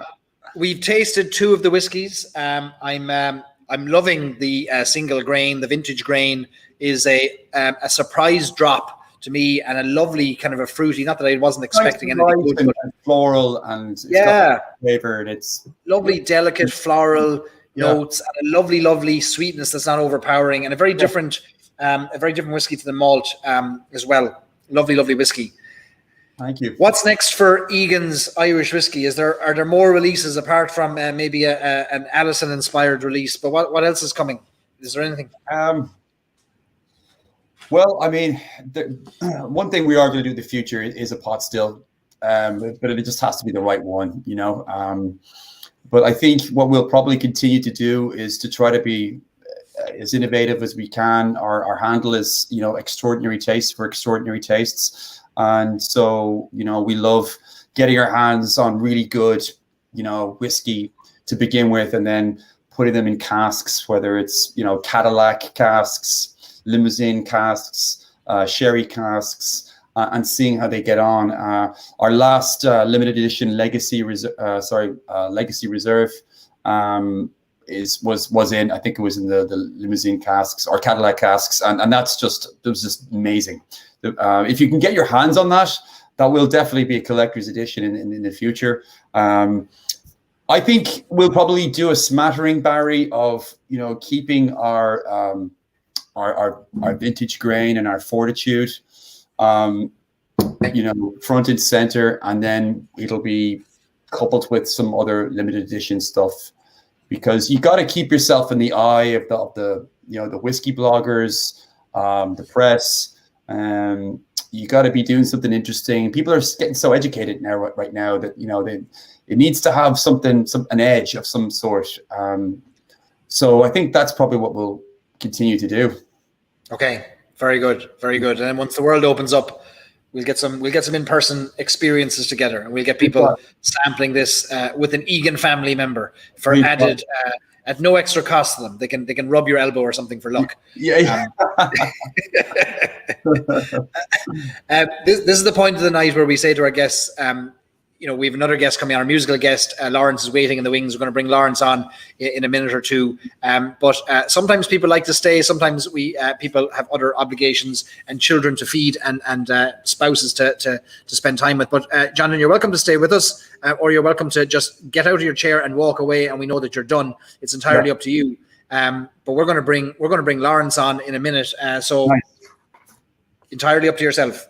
Absolutely. I may try to get a special guest on as well. Very good. Oh, you bring the family in. I will. Barry, listen, cheers to you and Sláinte. Thanks so much for having us on. Cheers, Jonathan. Thanks a million. Sláinte, thanks for coming on. We're going to bring Lawrence on now. I'll put Jonathan in I'll put you in the background there, Jonathan. And if you want to bring on a guest, I'll keep an eye on you, and then we'll know to bring you back in. Good man. Thanks, Barry. Cheers, Jonathan. Jonathan Egan from Egan's Irish Whiskey, introducing us to two of his range, and great history too to the family and to their connections with Tullamore and with Offaly and with Ireland. And amazing to know that there are generations today, like Jonathan's generation and Maurice O'Connell, both of today's generation, that have connections that go back many, many years in the whiskey world and Irish history world. So that's fascinating to see. So we are going to move on in our whiskies to our final whiskey of the night, which is going to be Writer's Tears, Double Oak. And I'll pour this into my glass. And once I do that and have a quick chat about it, we are going to bring in our wonderful musical guest, Lawrence Nugent, who many of you know and love. And why wouldn't you? He's a fantastic musician. And for those of you who don't know Lawrence yet, you're in for a great treat in a second when we bring Lawrence in. But I'm sipping next on Writer's Tears. Writer's Tears. This is Double Oak. And Writer's Tears Double Oak is a blended Irish whiskey. And we must pay a special compliment and a hat tip to Walsh Whiskey and to Bernard Walsh. Bernard Walsh has been wearing turtlenecks in the world of Irish whiskey long before I ever was. And Bernard Walsh is a man who went out around the world and around Europe especially, flying the flag for Irish whiskey in the 1990s when there were not many people drinking Irish whiskey in the early 2000s, when himself and his wife launched the Hot Irishman, Irish coffee in a bottle, and then eventually launched their Irishman, Irish whiskey and Writer's Tears. And this is a unique blend. It would be known as a champagne of blends. So most blended Irish whiskey is made with either single malt and grain or a single pot still and grain. So that's grain, that's barley and corn in the single malt, or a mixture of unmalted and malted barley and corn when it comes to a pot still based blend. This is something that's a little bit different. So it's a blend of both single malt and single pot still, which is unique. There isn't another Irish whiskey that I know of that has this mash bill, this combination. 60% single pot still, 40% malt. The Irishman, which is another whiskey in their lineup, is the other. It's the inverse of that. It's 40% single pot still and 60% single malt.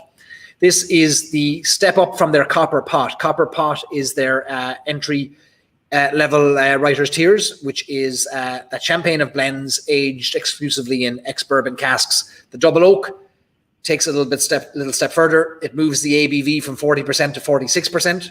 And now it's aged in a second type of oak. It's aged not just in the American oak, which is the ex-bourbon cask, but it's aged in French oak, an ex-cognac cask. And we don't see many French oak casks in the world of Irish whiskey. You'll see them you'll see a lot of them in the world of Waterford Distillery, for example. But French oak is mostly used in the manufacture of French wine barrels. So we don't see it in the world of whiskey very often. So I am sipping on Writer's Tears Double Oak as we move into the next portion of our evening. So let me see. Jeff says he thought Writer's Tears is plural possessive, not singular. Oh yeah, maybe it is. Maybe you're right. There's an unusual little dot under the S there. It could be Writer's apostrophe Tears as opposed to writer, one single writer. Yeah, good point. Good point. Cahur says, which by any traditional definition of a pot still is a pot still. So that's an interesting one. So a pot still Irish whiskey is made from a mash of malted and unmalted barley. No less than 30% of each. So typical mash bills for pot still whiskey are 50-50 or 60-40 or 40-60. It can contain up to 5% other grains like oats or rye or wheat. But there has been the point made that Writer's Tears would qualify as a single pot still whiskey because it contains both single malted barley and unmalted barley. The question I'd have is whether it does meet that definition because they're not mashed together. It's not made from a mash of malted and unmalted barley alone. The malt is made in Bushmills, the pot still is made in Middleton. They're vatted together, they're blended together later. So whether that's a technicality that avoids it, excludes it from using it, I don't know. There are smarter, more technical people than me, but that's an interesting one in any case. All right, so Jeff is sipping on Writer's Tears finished in Japanese Mizunara cask. Very good. I have a bottle of that in Ohio. It's a lovely drop, indeed. So, all right, let's not waste any more time because there's music time that we shouldn't be wasting. So without further ado, I'm going to bring back our buddy, our friend, Lawrence Nugent. Lawrence, you're welcome. You hear me there, Barry? How's it going there? Loud and clear. Loud and clear. I was listening to you guys there for the last, I caught the last 15. So you've been pretty busy, I'd say over you were in there over Martin.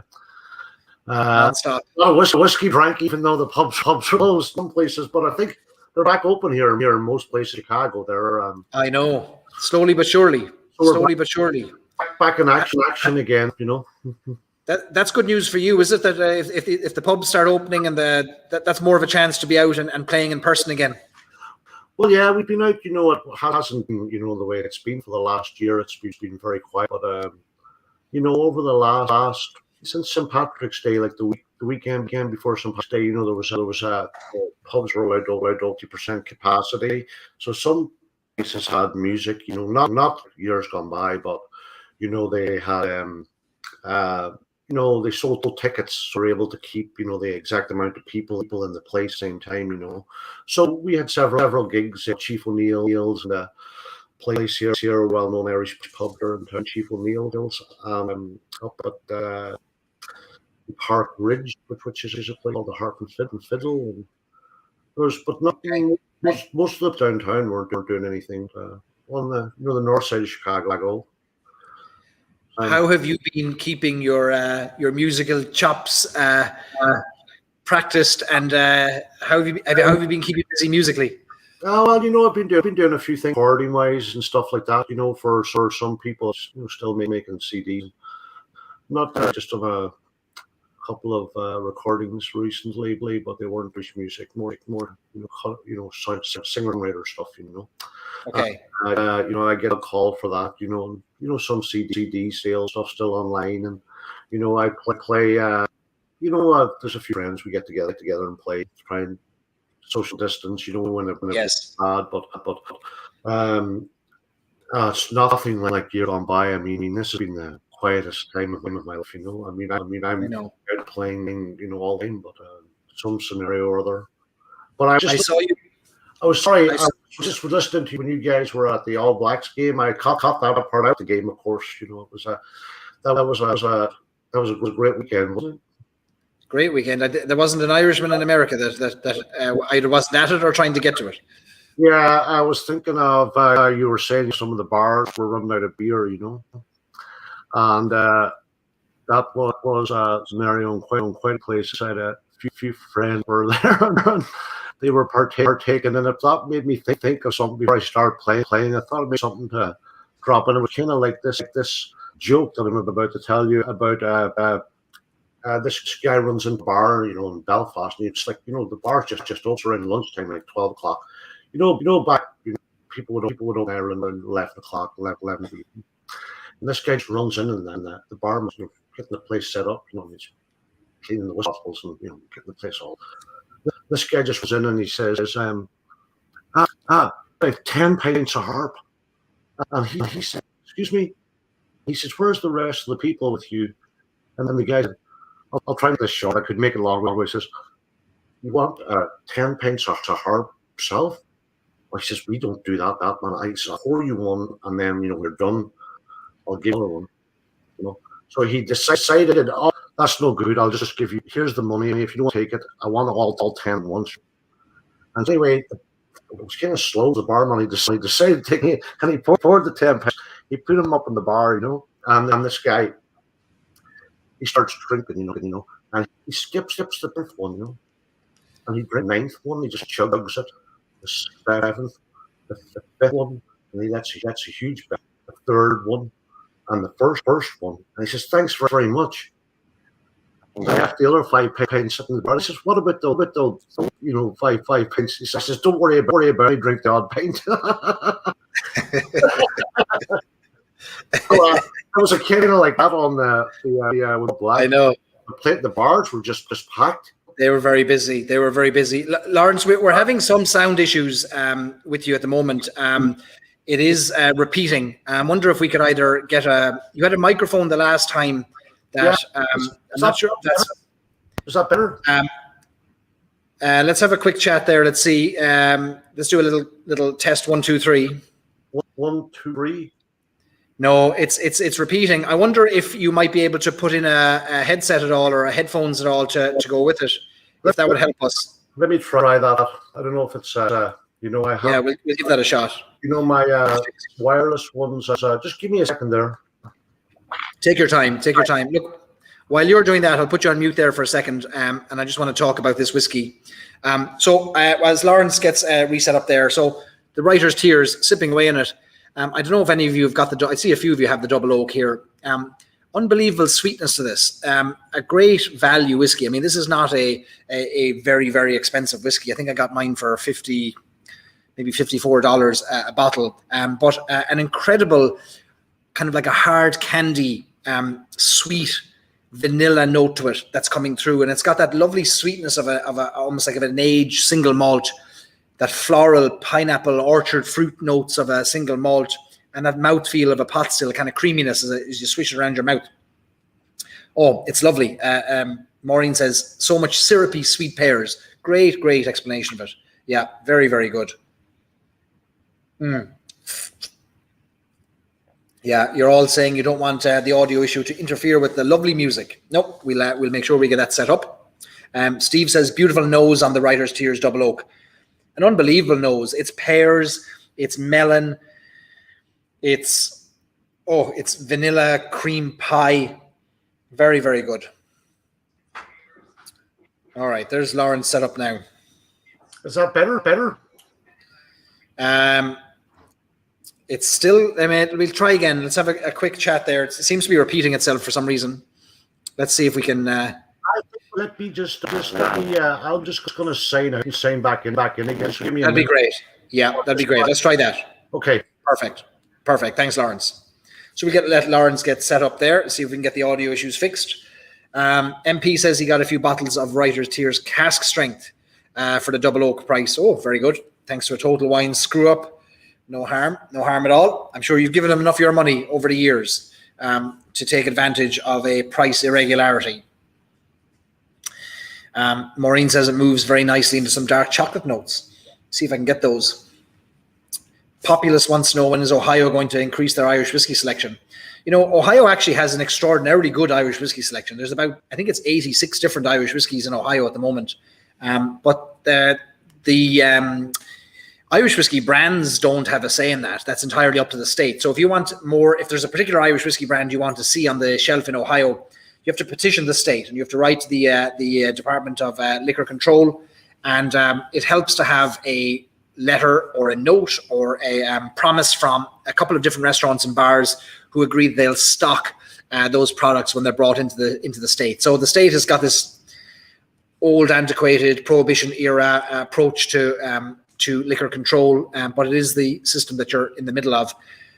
So you kind of have to play with it. But I know examples of whiskies and vodkas and gins having been brought into the state as a result of petitions from individuals who managed to get the state to say, yeah, we'll clear some shelf space. So you're battling for shelf space, and the state controls the list. So that's the one you have to get in touch with. Get in touch with the state. The name of the inspector in charge of liquor control his name will come to me.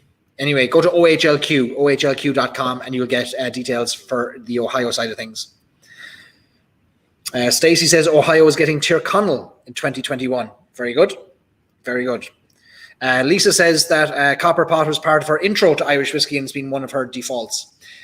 When I first tried Writer's Tears Copper Pot, I couldn't get into it. The flavors they weren't working for me. It took me a few years to come back to Writer's Tears Copper Pot and then say, you know what, maybe my palate now has refined a bit or it's evolved a bit and now I can appreciate the flavors. But I found it to be very harsh at the time, but now I understand it a bit more. And I love this double oak. It's a real treat for the price. Lovely, sweet whiskey. All right, let's try. Let's bring Lawrence back in and see if we have any better luck here. I'm going without the microphone this time, just to make off the computer. Is that better? Can you hear me? I can hear you better now. Yeah, there's no repeating now.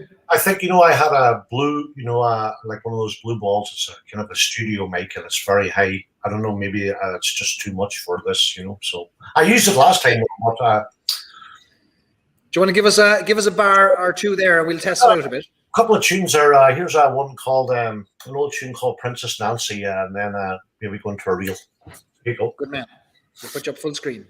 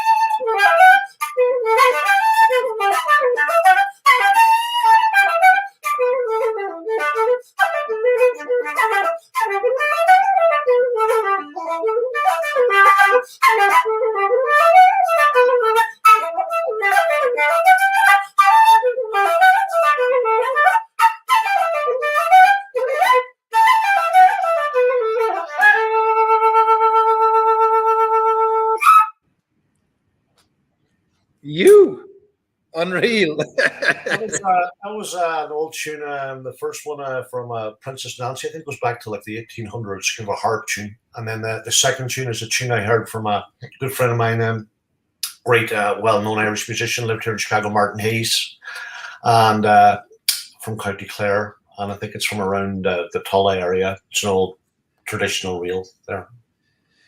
Unreal. It was you had us lulled into a false sense of security there to hit a slow tune. And then up we had to get out of our chairs as you took it up a beat. Well, that's what the whiskey does there, you know. It isn't the whiskey at all, it's the flute. It's got that, you know, it's got the different moods, you know.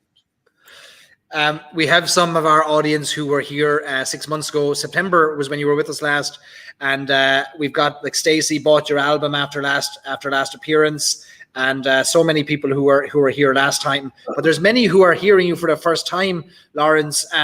Would you give our audience a little bit of an introduction to your own background in the world of Irish music? Yeah, well, I'm from like a little village in County Fermanagh. You know, it's called Lack. It's a tiny little village, and it's between like Enniskillen, which would be the prominent town in Fermanagh, and I'm right on the Tyrone border of Omagh. So I'm about a mile from the Tyrone border and about 6 miles from the Donegal, maybe 8 miles from the Donegal border. So I'm right there on Lough Erne, you know. One of the most beautiful spots in all of Ireland, you know. I think, you know, of course, well, I'm not biased, you know, but if you've ever been up there, it's kind of like supposed to, to be in America, it's like Minnesota, you know, on the 10,000 lakes. The whole of the county of Fermanagh is on a loch, you know, upper Lough Erne and lower Lough Erne. It has maybe 200 or 300. People say there's an island on there for every day of the locals say that for every day of the year, but there's actually there's about 250, I believe, or don't quote me on that, or 240 islands on Lough Erne, you know. And one of the best fishing spots in Europe, you know, for a lot of tourists from Germany and Fermanagh, or Germany and, you know, France and all of Europe come there for the trout and pike salmon fishing, you know. But Okay. I grew up, my dad was a, pretty famous Irish musician and teacher, and my cousins and like the whole of kind of my generation on my dad's side were all connected with music for the last 100 years or so, or going back to my granny and my cousins, and my dad's first cousin, he was probably one of the most well-known guitar players in all of Ireland, Ardy McGlynn. He just passed, was a band director for Van Morrison from Omagh, County Tyrone there, and he was the first cousin, my second cousin, first cousin of my dad's, and his whole relatives, Kearneys. So my dad had a band, a dance band, and he taught lots of people in the locality. So since a very early age, there was music in my house continually, So going to bed from a little kid, there was always musicians coming by. You'd hear them when you were just, as far as I can remember, So most of them played, fiddles, accordions, piano, stuff like that, but there wasn't too many flute players in my area. And I just decided, I played the tin whistle. I started on that, and then kind of graduated to the flute, and this is a traditional, wooden flute, kind of like a silver flute, in ways, but older. And, so I've just been playing since I've been little, and, it becomes part of you, You've shared a stage with, people have, many well-known names have shared the stage with you, should I say, rather than you shared the stage with them. Over the years, you're regularly, and certainly before the pandemic, were called upon to share the stage with many well-known names, weren't you? Oh yeah. Well, I've been touring and playing, with people since I came to America in 1989. I guess I came here. Not to be giving my age away, but that doesn't matter at this stage anyway. But I've been traveling around for 30 years or more than that. Well, at least definitely 30 years playing, and I've been all over and got to play with some great people along the way. When you came over to the United States and you had your musical gift that you started sharing, what was there a tune looking back on those early days that resonated the most, that you started to get people's attention with, where people thought that man can sure play, or that's a tune now that gets my attention? Was there something, do you think, that stood out early on?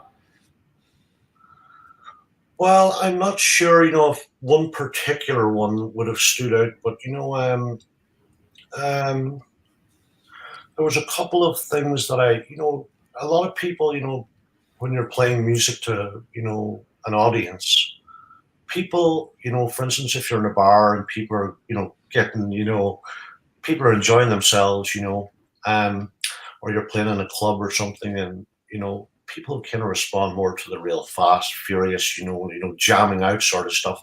But I think that in general, the ancient airs of Ireland, that are goes back, centuries. If you're sitting sipping a whiskey or by candlelight in or whatever you're doing, in the whatever atmosphere it is, I think that there's a element of like if you're in the right setting, when you play the ancient tunes, of Ireland, that there's a really transformation or some sort of thing that goes on that takes you into yourself or whatever, and your life and things like that. Music relates to many things, but I always found that the really ancient old tunes of Ireland, the slow airs, that go back centuries. I think that they resonate to people's soul. If you're sitting, I, personally myself anyway, when I've recorded over the years, I have played with like the really the greatest players, and it's that's been on I've recorded on my CDs or I've got to play. And for instance, I remember there was a movie I played on, was called St. Patrick the Legend by Patrick Bergin. It's a Hollywood thing. And I was with a record company called Shanachie that put my records, and they called me wondering what they wanted to use some of the music with the orchestra for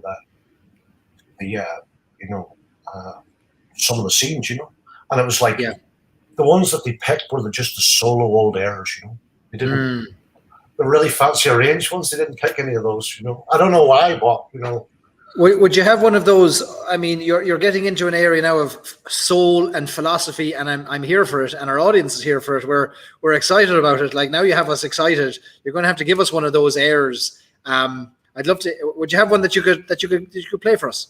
I'll just play one locally.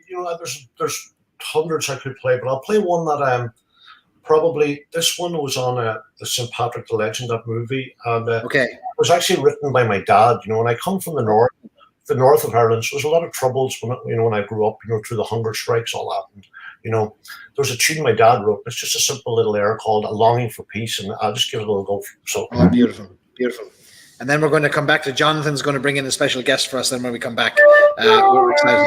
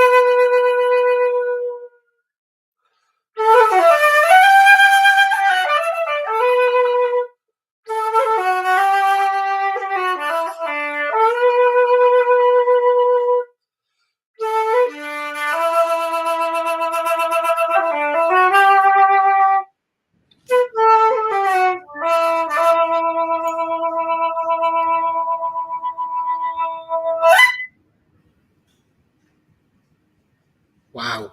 Wow. How are we supposed to follow that? Should we just close up shop now? Have another sip. Have another sip. Jeez, that was unreal. I mean, that's the music, Lawrence, that we don't need to communicate after it. We just nod. We just know.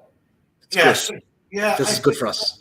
I don't know, if I explain myself, as well as I should, but I think, the soulful element that, that you mightn't hear as often, tunes like that, if you turn on the radio, you're not going to really hear anything like that very often. I mean, sadly not. Yeah, but sadly not. I'm not just the only one that, there's hundreds of players like me throughout the generations that have played just like that. If you ever listen to Matt Malloy from the Chieftains or, any of his albums, it's the same thing. Or, Seamus Tansey, all the great Irish flute players, Michael Flatley from Chicago here, that from Riverdance, a great flute player, plays airs just like that. He grew up playing music just like this. It's beautiful. It's that we don't often get the privilege of being allowed to go deep into our own souls, and music brings us in there, and it allows us that journey where we might resist it in the mortal world. Music kind of transcends that, I feel. Well, yeah, a friend of mine once said, it kind of relieves you from the tyranny of conscious thought, Oh, that's beautiful. Oh, wow. Relieves you from the tyranny of conscious thought. Amazing.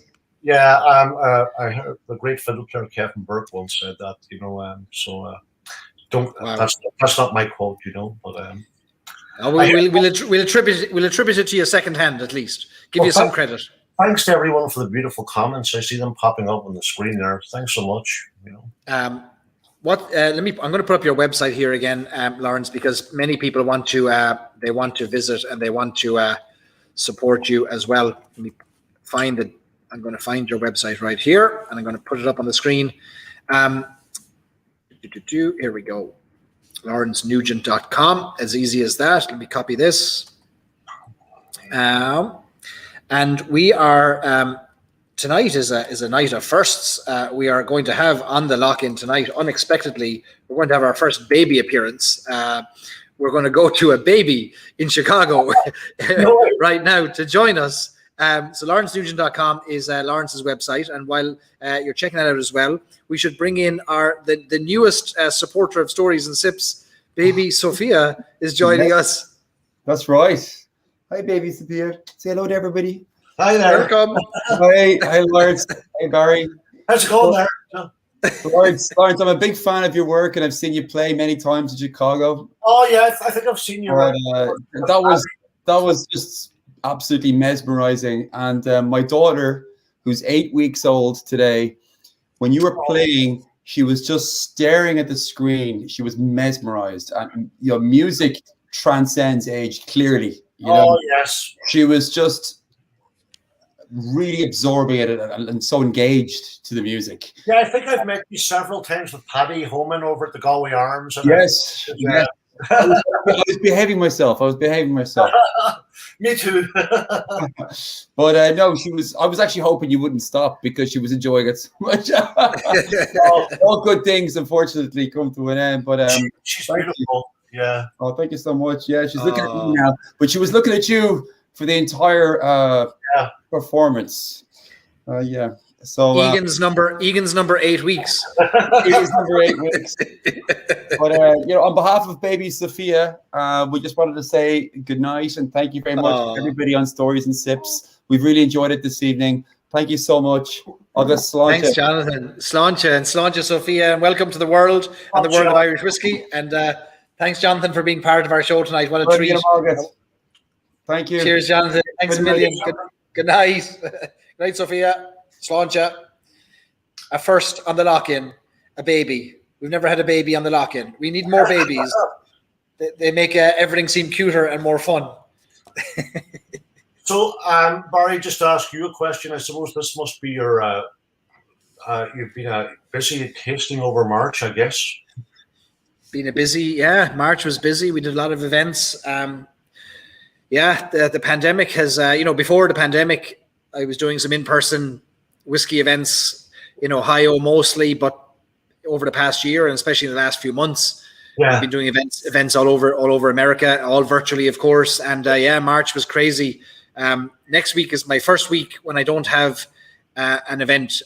First week in 9 months that I don't have an event, and I'm looking forward to it. I'm looking forward to the break. And so people are drinking. Whether that's good or bad, I don't know, but they're drinking Irish whiskey, so I suppose that's good. Yeah, I'm having a couple of berries myself, actually. Oh, jeez, you can't go wrong. As long as it's not lion's tea, you're grand, like. Yeah, so I just seen something there. There was a little joke on Facebook that I can't remember last week about lions and berries. There's only one tea, and that's Barry's tea, for good reason. I have to say, going back to my youth, I remember quite a few lock-ins, real lock-ins. But back in the day, when the bars were supposed to close, it was kind of a common thing, I guess. I'm sure down your way too, Barry, right?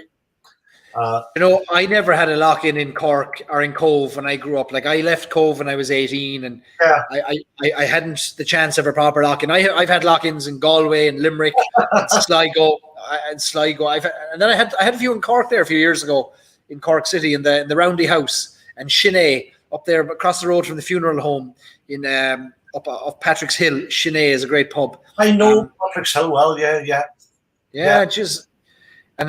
Just as many the night I've walked up Patrick's Hill to get to another pub and get another drink. And you got the army barracks up on top of the hill. I've been to a few tastings up there as well. But Shinay, I had a good lock-in Shinay there a few years back. That's right down off McCurtain Street, right up by the Metropolitan. Yeah, exactly. And the corner there, the corner of McCurtain Street and Patrick Street and Patrick's Hill is a pub called Shinay, which for our American audience means that's it. And it's called That's It because it's located across from a funeral home. And that's it. There's no more. That's the end of it. One of the first gigs I ever had when I came here, my cousin owned 3 bars in Queens when I came here in New York. I lived in New York City. And she had a bar called Biddy Mulligan's in 47th and Greenpoint Avenue, right in Queens, there, Woodside, Sunnyside area. And my first cousin, But I moved to the East Village. And I used to stay with a friend of mine above McSorley's Ale House, for months. Right above McSorley's. And right around the corner in St. Mark's, on St. Mark's Place, which is 8th Street. And anybody that knows New York City, it's in the East Village. And there was a famous cafe there called the Shinay Cafe. Back then called Shinay. And it was a small little coffee house. They served beer later on. And this was around 1990, 91, maybe 89, 91, 92. And the owners were from Dublin. And they had a coffee license and they got a wine and beer license, But I seen the place was a small little room. I mean, like a coffee house.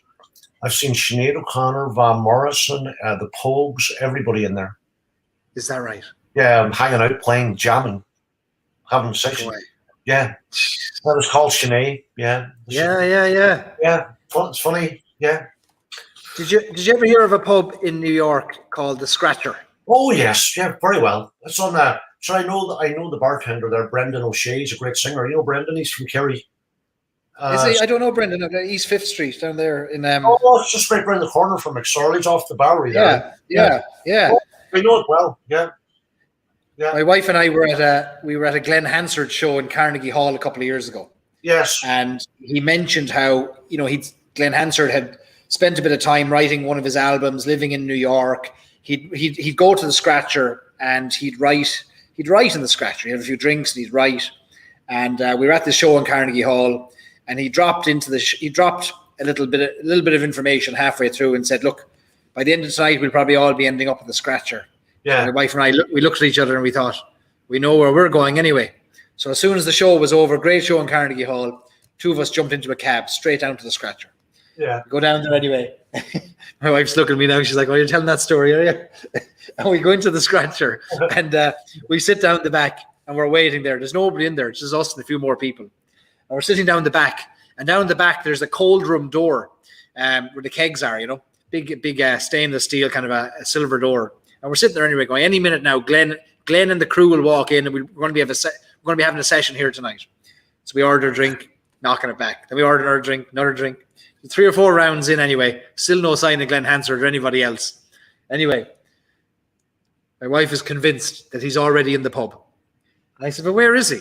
And she said, he's in the cold room. He's in there. He's in with the kegs. I said, he is not. She said, would you go open the door there? He'll be inside the cold room playing. I said, he's not in the cold room at all. And I wouldn't open the door. So, because what am I going to do? Open the cold room door and have a look at the old kegs. There was no sign of Glenn Hansard. And my wife, anyway, to this day is convinced that he was inside there. She's looking at me now. There was a guitar case outside the cold room door, and that was reason enough to believe that him and his whole crew, his whole band, were inside the cold room playing, and us outside. Well, I think he was around Chicago here, and one of the bartenders, he works part-time there, is a great singer and songwriter from Killarney called Brendan O'Shea, and he works at the Scratcher. I don't know how often he works there now, but he's great friends with Glenn Hansard. Oh, is that right? And that's the connection with those 2 places right there. There's another bartender at the Scratcher. Her name is Renata, and she is the inspiration for one of the songs on one of his albums, one of his solo albums. Renata. Oh, yeah. He wrote it for her. And I think he actually played around Chicago here back in the 80s too, or the 90s here, or late 80s with, those Shays and Tim. They're from Killarney, and Frank Quinn, a guy I play with here. And, yeah.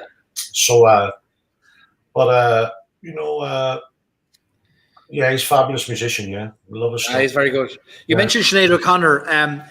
I was probably a teenager, late teens when Sinead O'Connor was, maybe early teens when Sinead O'Connor was in her prime and hitting the big time and on Saturday Night Live and making waves around the world. And then she kind of disappeared off my radar. And it's only in the last year or two where I've started to go down Sinead O'Connor rabbit holes and realize the incredible talent, unbelievable talent that Sinead O'Connor is. Oh yeah, she was fabulous back then. That was I remember seeing her back then. That was probably the early 90s, And she had a huge hit, with that Prince song, and but she was on that whole thing around Sinead Cafe. That was that whole episode with Saturday Night Live. There, I'll not get into the details of that, but the Pope. Yes, that was exactly that time. Is that right? That right? Yeah. Incredible time to be around music, I'd say, and around the Irish music scene in the United States. Remember hanging out, and just people would walk, in New York at that time when you lived there, you could go into an Irish bar or something. You would never know who would walk in. You know what I mean? I know. And Minnie's, hanging out with the Pogues and people like that. And I'm just taking a look at the shelf behind you and all those bottles. We would be like probably polish them all off back then. It's a good job I didn't know. It's a good job I didn't know you then. So yeah. So oh yes, boy. Yeah, you're glad you don't. Yeah, because back in those days, I loved it down there too. Down in Cork. I remember being in, playing at is it the Strayway Folk Club in Middleton? And I remember playing in Cork and going to the distillery there way back in the 90s, and buying a bottle of whiskey in there. I don't know that folk club now. I mean, I'd be the only folk club now I'd be most familiar with in Cork would be like DeBarra's down in Clonakilty. Oh, Clonakilty, yeah, the DeBarra's, yeah. Paddy Keenan, great spot. Lived down there, great spot, yeah. And there's Christy Moore would be a great man down there too. And one of my favorite spots down there is McCarthy's in Baltimore. Do you know that? Oh, beautiful. McCarthy's Pub, yeah, great spot. Great spot. They wrote a book about it. Yeah.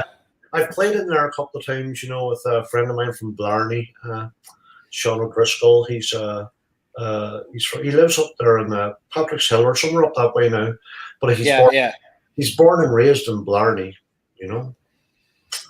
Everything's tied together. We had Blarney Tweed mentioned earlier with Jonathan Egan talking about the tweed that was on John Mandeville's suit back when he was protesting with the Land League against British rule. So it's all connected. There's nothing in Ireland that's not connected to some other story, is there? It's all tied together. It's amazing, yeah. As you think about a tune, Lawrence, that you think that you'd like to play, because we've not even talked about what you're going to play. I'd have listen. You're the man with the music. I have no right to ask you what you're going to play. I'd rather just have you tell us. But for those who are listening and tuning in, would you do me a favor and share this live stream, because I want more people to hear about Lawrence, and I want to put Lawrence's website up here. So if you haven't already, click like or click share. There's lawrencenugent.com. You can find Lawrence's music, his albums, etc. But Lawrence, we're very lucky to have been introduced thanks to Paddy Homan, who we've had on here in the past. And I've seen you play a couple of the Sunday night sessions with Paddy. I saw you play one not too long ago, or the Galway Arms session, is it? The one you played? Galway Arms, yeah. Galway Arms. I saw you doing a socially distanced session in some 30th floor apartment, I'd say. You were all sitting not too far away from each other, looking out over the city, playing a good old tune there. Yeah. Do you remember that? Yeah. That was maybe about 4 or 5 months ago. Yeah, Paddy's fantastic, And of course, now he has a show on PBS. If you haven't checked it out, I Am Ireland. It's fabulous, yeah. We'll have to have him back. I want to get Paddy back, because, I saw clips of the show, and I'd love Paddy to tell us more about it. I sent you a link earlier. I was listening to some of your music this afternoon, Lawrence, and you had this unbelievable tune you were playing with the tin whistle. Yeah. Oh, that was it was a festival in Washington, D.C. Oh, Baltimore, Maryland. I think, no, besides, right outside of D.C. And it was a festival there that they have, a teaching festival, and they have a concerts at the weekend. And that was about maybe 2 years ago with a friend of mine, Sam McLeod there. Yeah. Yes. We were just having a bit of a jam there, on the tin whistle, What was the name of that tune? Because it got so lively and it was unbelievable. I stopped everything. I think that was that was just a traditional reel there by a guy called Martin O'Hare, an accordion player, wrote it from County Galway, that he just passed a little while ago, and he wrote some great traditional Irish tunes, But I kind of was, kind of jamming out a bit there on that. It would have been played more moderately, but I can give it a shot for you if you want. I'll give it a few. Would you do us the honor? Yeah. This is the tin whistle, so or sometimes they call it penny whistle. This one doesn't cost a penny though. It's more expensive. I've had this for like 30 years. It's one of my favorite ones.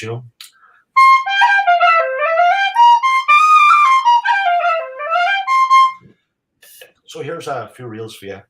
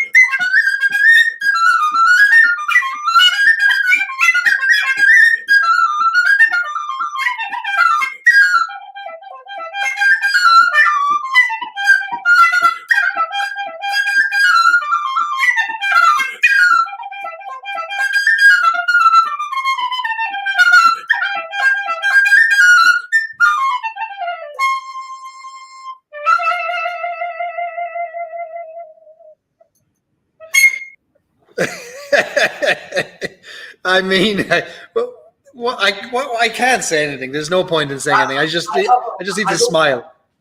I haven't played that tune in a long time. I might have made a little bit few mistakes here and there, but I haven't played that one since for a while. But that was the one I played on the video you sent me there earlier. But, it's unreal. I mean, you got the applause after that on that video was incredible. People couldn't believe it. I mean, I can't believe it even listening to you here, and I can't understand how so many notes can occupy a second, but you've managed to squeeze more in than I've ever heard before.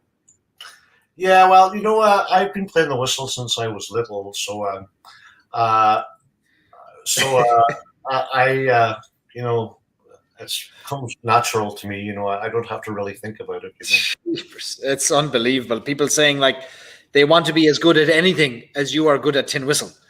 Yeah, well, I think last time I was on, so before I'll just play a little bit, but sorry, I wasn't quite prepared there, but let me see. Even just to send you over the top another little bit on the go on. So here's two tin whistles at once. Oh, here we go.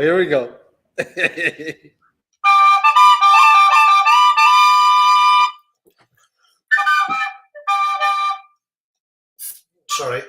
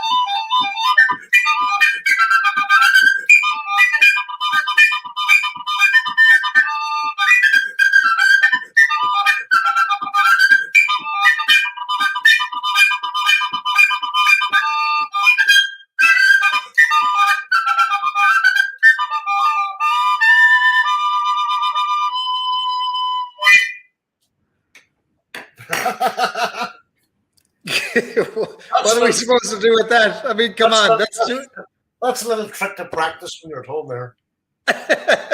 I see you've been busy during the pandemic.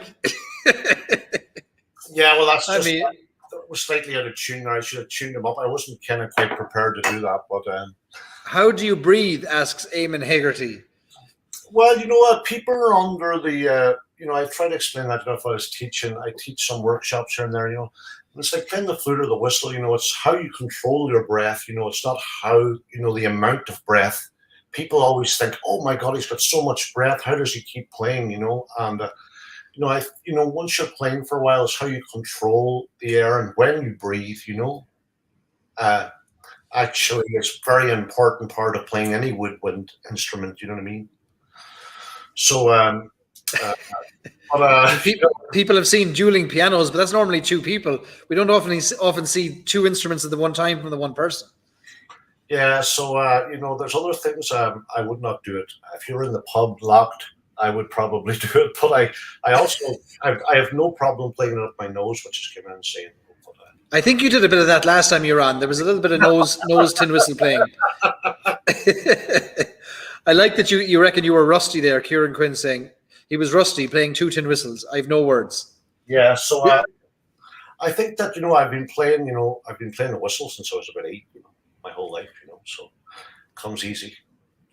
You're like the world class snooker player who then says, "I have a few trick shots here as well. I want to show you," and suddenly, yeah, and suddenly he's playing snooker with a rabbit on the table, and yeah, I mean, there's no words. A lot of people said they were smiling; they couldn't stop smiling throughout that. I feel the same. My cheeks are sore from just a smile of just joy at a talent that's just. God, you feel, I don't know if anyone else feels the same, I'm sure you do, but when you see such talent, it's just, you can't stop smiling. You're just in awe. Well, thanks so much. I really appreciate it, but I really love to play. I've been playing my whole life, so it's just part of me, and I'm glad I'm able to share it with people, and people. There's so many musicians. It's been a tough time for a lot of musicians. People that are, depend their livelihoods on gigging and stuff like that. It's been a rough time for a lot of people. It has, of course. And there's a few questions coming in, Lawrence, as well. People have some technical questions, curious questions. Let me see. There was one here regarding, the difference between, let me see, Steve had a question. Let me find it here. God, the questions are coming in so fast now across YouTube and Facebook. Steve, ask your question again about the difference between an Irish flute and maybe there's a question here somewhere. Yeah. I think I know what he's saying. Well, this flute here, I have several ones. I should have brought a couple of them. This is only like a 4 or 5, I'd say 5 keyed flute. So basically this is made out of African blackwood, and in the 1800s or before there was classical silver flutes, people played. It's called this is an Irish concert flute, and these were the kind of flutes that were used in like Baroque times, and where the keys are mounted on the outside rather than a block, and there's just a bone system that is. They call it on a regular classical flute where it's chromatically set up. And before that, they had silver flutes. These are the kind of flutes they were playing, And, the difference is, this is made out of African blackwood, this one, particularly the wood.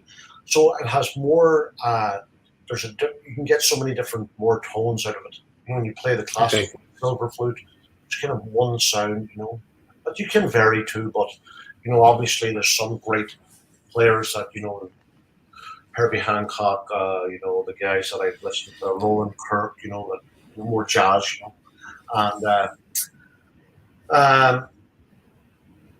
but it has, a more ancient sort of sound to it, and it's made out of wood rather than like, metal, Yes.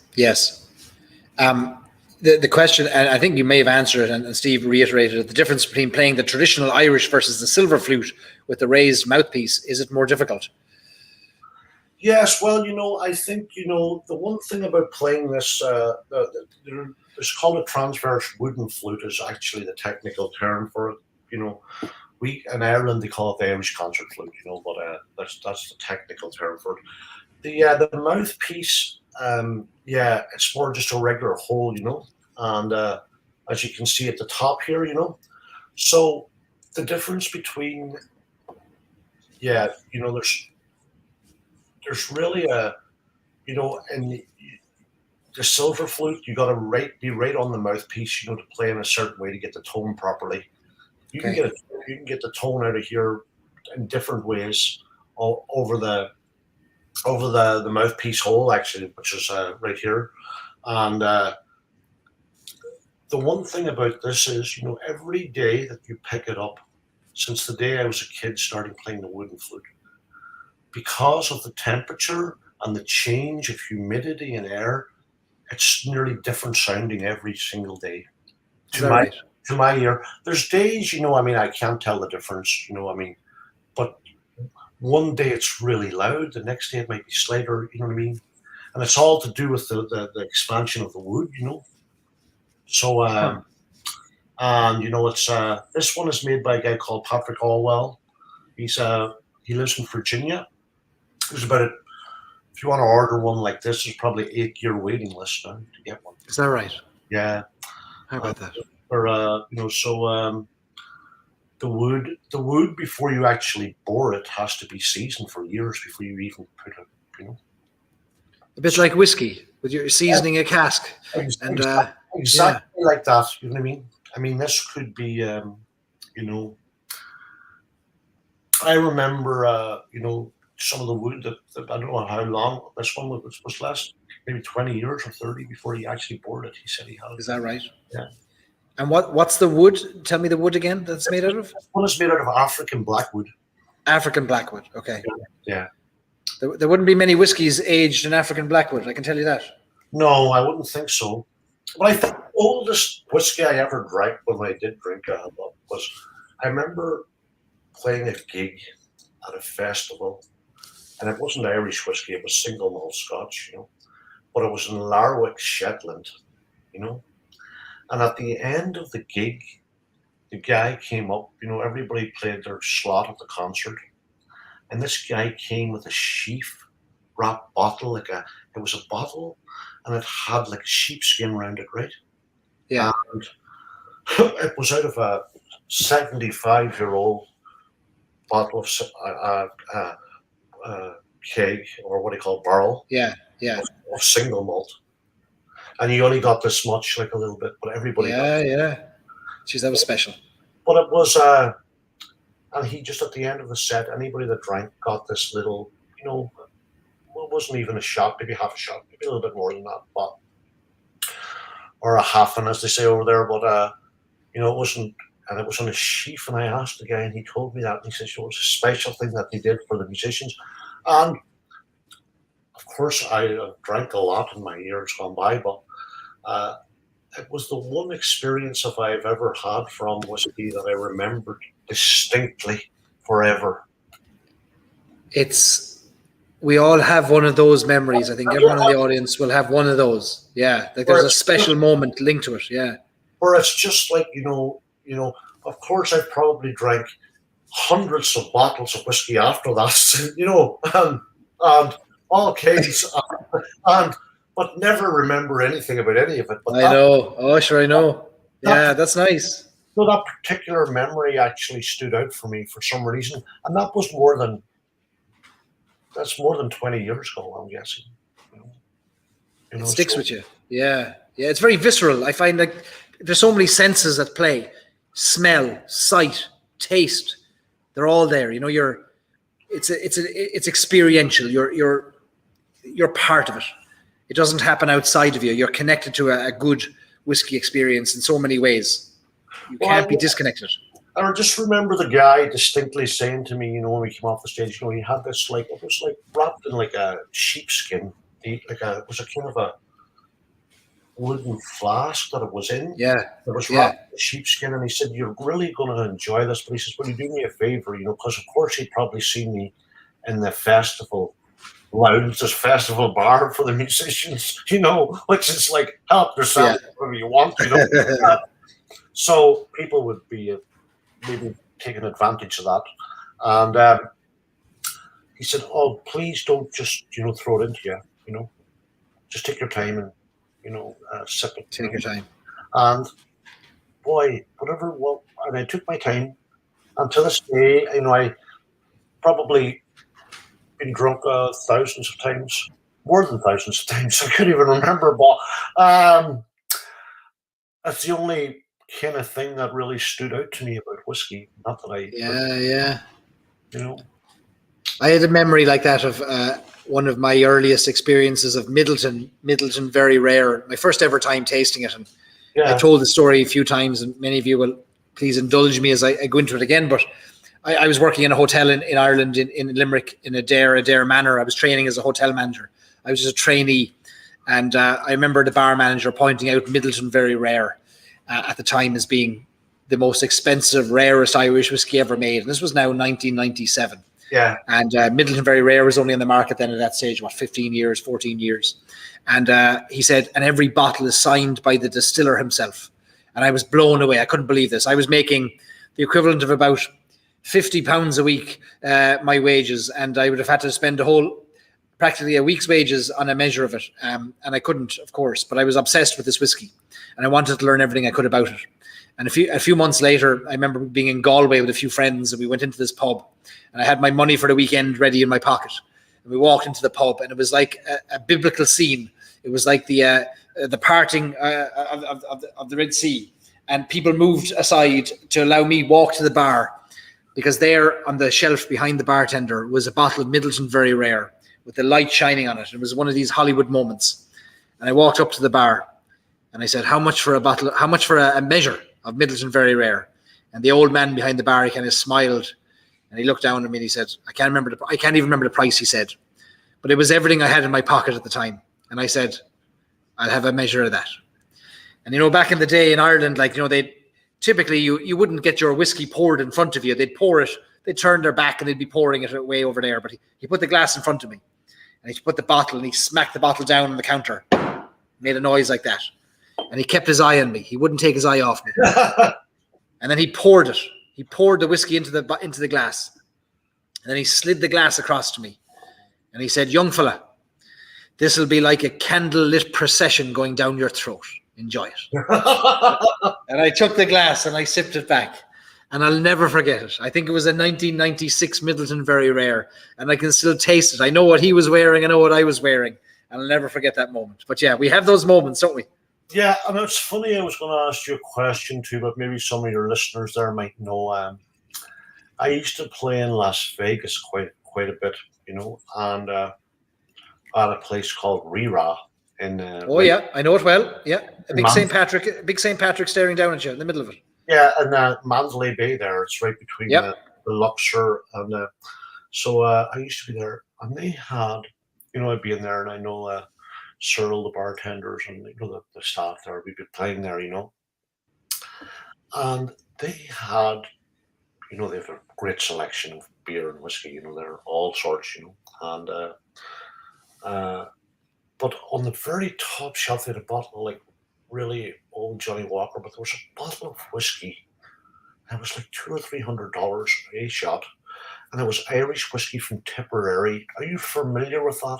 The bottle, and it was from like the 50s or 60s from Tipperary. I'm not now. I know there's some Tipperary lads here, Kieran Quinn and Diarmid O'Malley, who might know better, but I'm not familiar with any distilleries now from back then in Tipperary. Maybe if I am not, I got the next time I'll text it to you for your next show, but I'll find out. I can probably find out what that was, but it was an Irish whiskey, and I was surprised. It was one of the top. It was the most expensive whiskey that they had there. Is that right? Yeah, and it wasn't a single malt, or it wasn't a Middleton. Yeah. Is that still going? Reraw is still going, I'd say. Is it? That's still there. I think it's still there. Yeah, I'm sure, like anything else, these places have suffered from. They have. Yeah. It's a pretty big, set up there, so I think they're. I was in Las Vegas a few months ago, and we were driving on our way to Denver, and we stopped off between San Diego and Colorado. We said we'll spend a night in Vegas. You could have played bowling on the main thoroughfare there. You could have played bowling in the street. There wasn't a soul. We looked out the window when we stayed in the hotel. You couldn't see a soul in the streets of Las Vegas, and that's unreal. Never in our lifetime have we seen that. No, I was going there pretty regularly for a few years, and boy, it's always crowded. All year long. Johnny McNally asking if he needs to kill his bottle of Yellow Spot too. Well, Johnny, if you want to keep up with all the cool kids, we're all emptying our bottles of Yellow Spot tonight, it seems. So yeah, and Dave says is right. He said he did tell me to get a backup of Yellow Spot, and I should have. Fair play to you, Dave. Of all the bottles I picked up at Costco, I could have picked up a bottle of Yellow Spot as well, and it is the only one that I'm down to the end of, apart from my Redbreast 27. But I should have picked that up. I'll have to drive back up. I'll meet you up there, Dave. We'll buy one each. Let me see. Stacey says she's never liked Yellow Spot, but she tried another sip a couple of weeks ago and it finished like cotton candy, so she's going to have to get one. Whiskies change in our minds over time, and our palates and our mood and our moments, depending on what we've had to eat or drink or sleep or whatever. Our state of mind affects our enjoyment of whiskey. So yeah, if you don't like a whiskey, follow the words of Abraham Lincoln, who said, "I don't like that man. I must get to know him a bit better." So do the same with whiskey. Go back to it. Try it again. Right. Back to the music. Because we can't talk about whiskey all night, or we won't hear these lovely tunes. So do you have any requests there from anyone in there? There are a few requests actually, and let me scroll back up to them. And you're opening a can of worms whenever you ask for requests. I know. Let me see if I know any of them first. All right. Let me see here now. Let me go back up here. There was a few requests. There was one about. Right. Let me find these here now. My God, I've scrolled far. The comments are coming in so thick, heavy and thick. There was one about was it the Lonesome Boatman? Here we go. You know that one?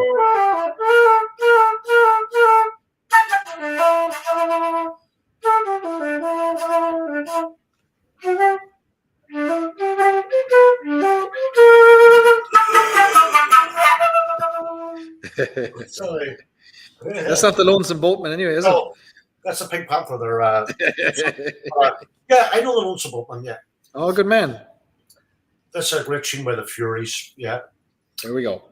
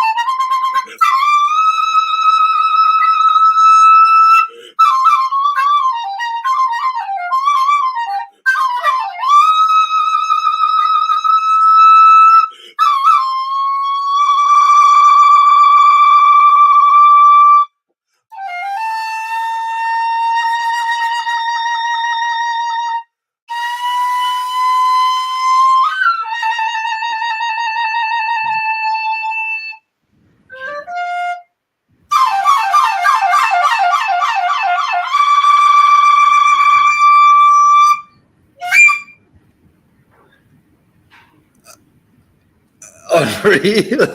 Lawrence, what are you doing to us? What are you doing to us? I mean, That's a hard one to play without backup, to keep it, usually it's oh yeah, you really struggled, yeah. Yeah, you really struggled, I can tell. was taking a few chances there. You took a few, geez, you're allowed to take a few chances when you can play like that. That was unbelievable. As Kieran Quinn said, his soul is rattled to pieces with this performance. You're rattling people. I mean, that's a bit of fun. I mean, that's a very popular one, from of all the tunes you get asked to play, like Irish places, that's someone that says amazing. Yeah, that's a low F whistle I was playing. They come in all different sizes. That's a low F, in the key of F. It's actually a big one I have in the other room called low D, but that was a tune written by Finbar Fury, from the Fury Brothers, and was very popular back in the day. Yeah. My goodness, that's beautiful. Normally when a musician is playing, I'm getting my questions ready for the next break, and I have no questions because I was just enthralled. I was just stuck. I was lost in the music. I was just staring while sipping and smiling. And beautiful. People asking if you can come on every week, right? We should we'll have to figure that out. How do we get you on every week? Yeah, I was thinking, there's quite a few. Maybe we'll talk over the next while. There's quite a few friends of mine living in the area too that are phenomenal players, Session. And we could all get together and have a bit of we're just going to have to come to Chicago too. We'll come up and you line up the musicians and we'll come up. Well, we just, last night, the last few weeks, we were back out playing, and we have a big session at the Harp and Fiddle there in Park Ridge. So we're right next to O'Hare Airport there. And I got my vaccine. A lot of us were vaccinated. I got both vaccines. So it was so nice to be out playing again. You don't really know how, your whole life, going to bars, going to anywhere, and things that you've been doing your whole life, and this whole thing has really thrown it for a, I know. You take it for granted, hooking up with your friends, even if it's for a drink or if it's that's right. Or to play a few tunes without, I know. I mean, we get together and play music here. My whole life with people passing through town, where it's not a money thing, or it's just to go out and have a few tunes and have the crack, and you meet in the bar, the way it is. And in Ireland especially, it was like, part of that, I know. Here too, but in Ireland, it's just been devastating there, I believe.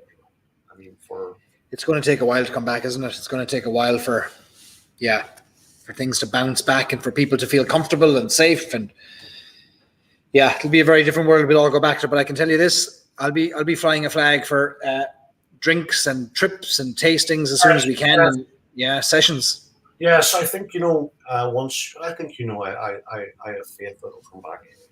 But I think that just this whole thing has really thrown people for a loop, and just yes, of course. And of course, when you're out of anything for a while, it's going to take a little while to get back to where it was. You know what I mean? And is. I think every industry is like that. You know what I mean? So I know.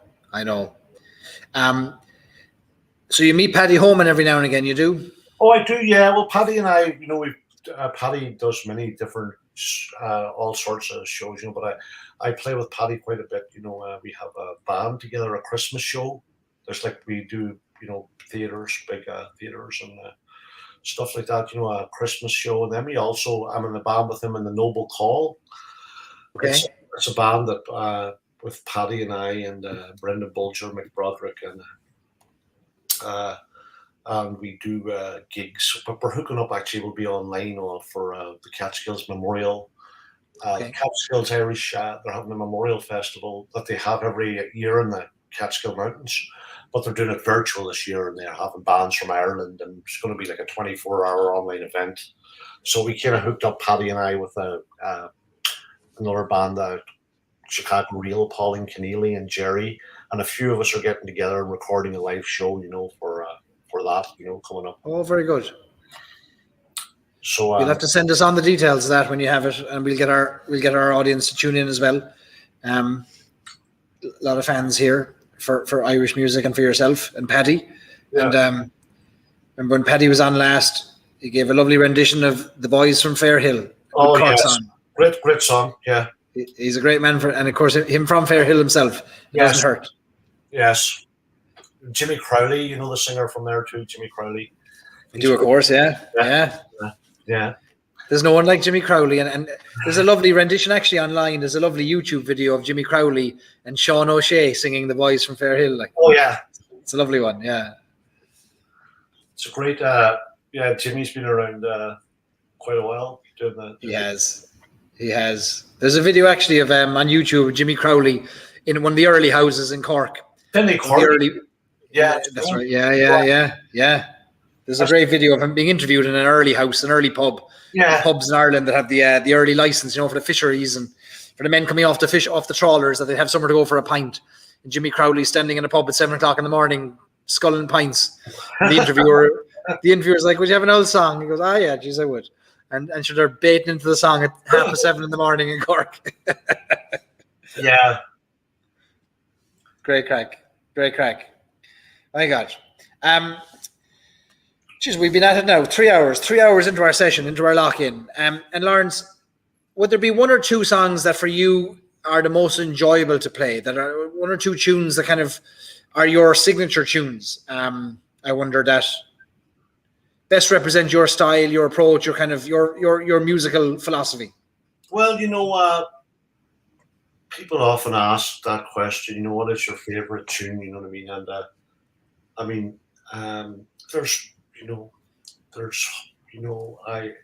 I've been playing, in the Irish tradition. There's thousands of tunes, and I probably know quite a few. I don't know, hundreds, thousands. I don't know. I've never put a number on it, but so I couldn't really, pick one particular. There's not one. Yeah. I don't know. I mean, I like all sorts of music, and I play, dabble around other styles of music, jazz and a bit of everything.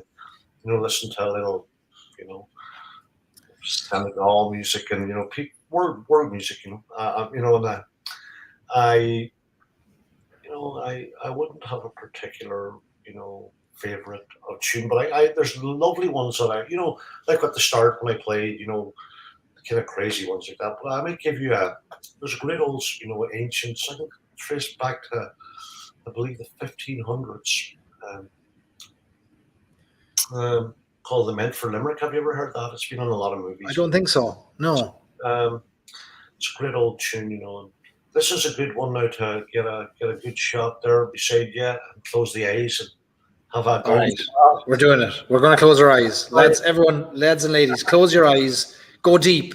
Dig deep. Okay. Dig into your heart and soul. Find yourself here. Here we go.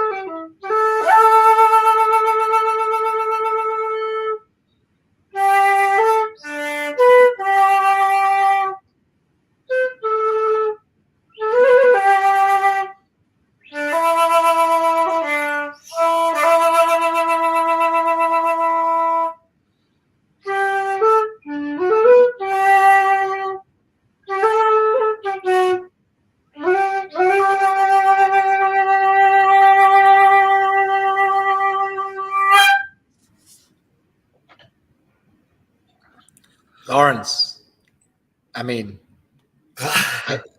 beautiful, stunning, beautiful. I closed my eyes. I took your advice. I left my body, and I haven't come back to it yet. Yeah, well, that's a really old tune. That's "Lament for Limerick." Great, one of the greatest Irish airs ever. I think. Beautiful. Oof. Lisa says it's appropriate that Writer's Tears was featured tonight because, wow, heartstrings pulled and I was late to the lock-in. Lisa's crying. That's good. We want people to cry. We want people to feel. We want people to connect. And yes, it is a special night tonight with Lawrence and the music that connects us to ourselves and to something bigger, something deeper. We can't get there without the music. Unreal. Well, I think, just from a personal point of view, everybody has their own, road or journey they're on, and there hasn't been a moment in my life, just from my own perspective, no matter what way I've been feeling or troubles or anything that's happened to me. And when you play, it just takes you to a place where it's, if you're playing or listening, there isn't one bad thing about it, no matter how bad you're feeling, Yeah. Even that, Yeah. I had a sister who passed a few years back, and her husband, I don't want to be making everybody sad, but I was in like in a skilling. I was home. I went home. I knew she was on her. She was getting ready to pass, and the nurses and my brother-in-law asked me to play in the ward where people were dying. And I was like, oh my God, I didn't want to do it. You know what I mean? Yeah. But I think that everybody felt something great. Brought to everybody. Not in a situation like good or bad.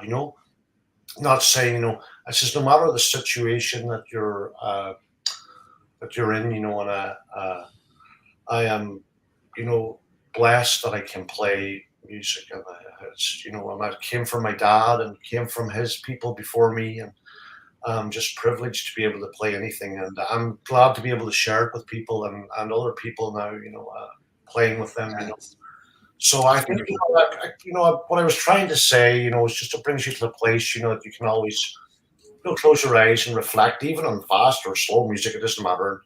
People listen to all sorts of music, and it's all good. It's all from the 1-3, But I think that, the passion and soul, and it's such a beautiful thing to have in anyone's life, And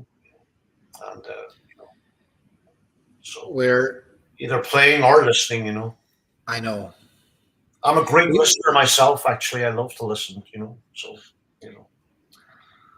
and It's a remarkable listening to. I've never failed to be made proud when I hear about, as an Irish person living in America, and Americans will say to me, look, I went to Ireland, I had an amazing time, and they'll inevitably mention two things. One is the people, and the second is the music. And they'll say, I was in a pub and this music broke out. I never felt anything like it, never heard anything like it. And it's almost like for a moment they were given permission to feel something different, to connect, to forget about work and life and go deep and to think. And I know for myself, I'm always in this constant pursuit of this moment where I can my own phrase of just pondering a puddle. I want to be able to look into a puddle and yes. just ponder it, just think about it. I don't know what I'm thinking about, just look at it, It's kind of like a window to your soul, really, Yeah. Basically, I kind of see it like that, I mean, I know. Why? It's a good job we had you on at the end of the night and not the start of the night, because we wouldn't be able to. How could we go on for the rest of the night? Like, you're setting us up here with. We can't be feeling too much now. That's not the way. We're not allowed to feel too many emotions. Well, the whiskey is good for that. Helps enhances it, I think, a little bit. The whiskey does help. Kieran says you've been touched by God, Lawrence, with a talent like that. Touched by God. Well, I'm grateful I can play anything. I give all thanks to my dad and my people where I come from, and my ancestors, and I've been in America, many years now, and but boy, you're it's always a part of your soul, that goes back to your where you're from, and I'm glad I can pass it along. And there's thousands of musicians just as good as me and way better, but I just enjoy playing, and I love to play for you guys. This is kind of cool. I think this is I've only done although I've been asked many times for different charities for people. I've done some virtual gigs for bars. I just done one last week for the Plough and Stars in San Francisco, kind of a GoFundMe and other things. But the virtual online, this is the most intimate one. I really love this one because just having a chat and having the crack. Yeah. You don't feel any pressure playing. For me, I'm just here in my own place. And I mean, you'll attest to this. Before you come on, we don't talk about anything except will you join us? We don't talk about the playlist or the set or what we're going to do. It's just would you give us the honor of joining us? And that's I know that once you turn up, I have I just do some of my recordings in case I had a blank of what to play. I would look at one of these and I can play them right off that without even thinking about it. But there's not one thing tonight that it's been spontaneous for me, and I'm just playing from the heart, So. Would you have another one that would make us think and feel a little bit, that would make us go deep, force us? Yeah, do you know one of the ones that I would like to share? I don't know if I played it last time, but boy, it is a tune that it's a rare piece, not a rare piece, but it's a rare tune, yeah. It's a tune. It was brought by the last inhabitant of a person who lived on the Blasket Islands. Oh yes. And it's a tune called Port Nabucco. It's the land of the fairies, or something to do with the fairies. I'll think of the translation for you in a second. What is it? And it was brought by the last living person who lived on the. Is that right? And I think it's to do, there's a story that goes with it about fairies and souls that are lost on the island. I'll have to think. What a rich community of literature and music and poetry. Yeah, incredible. And it was a tune brought by the last living inhabitant of the Blasket Islands called Port Nabucco. See, how's that going? I'm just think. Give me a second there. Yeah. My goodness. Oh yeah, I think I got that. So this is I can try and find out the exact information. I know that I told you about the last person who lived there. It was him that brought this song back. Okay. I think it was to do with souls and the last fairies of the island that lived there, and it's a very haunting sort of tune. Haunt us, Lawrence. Haunt us. Port Nabucco.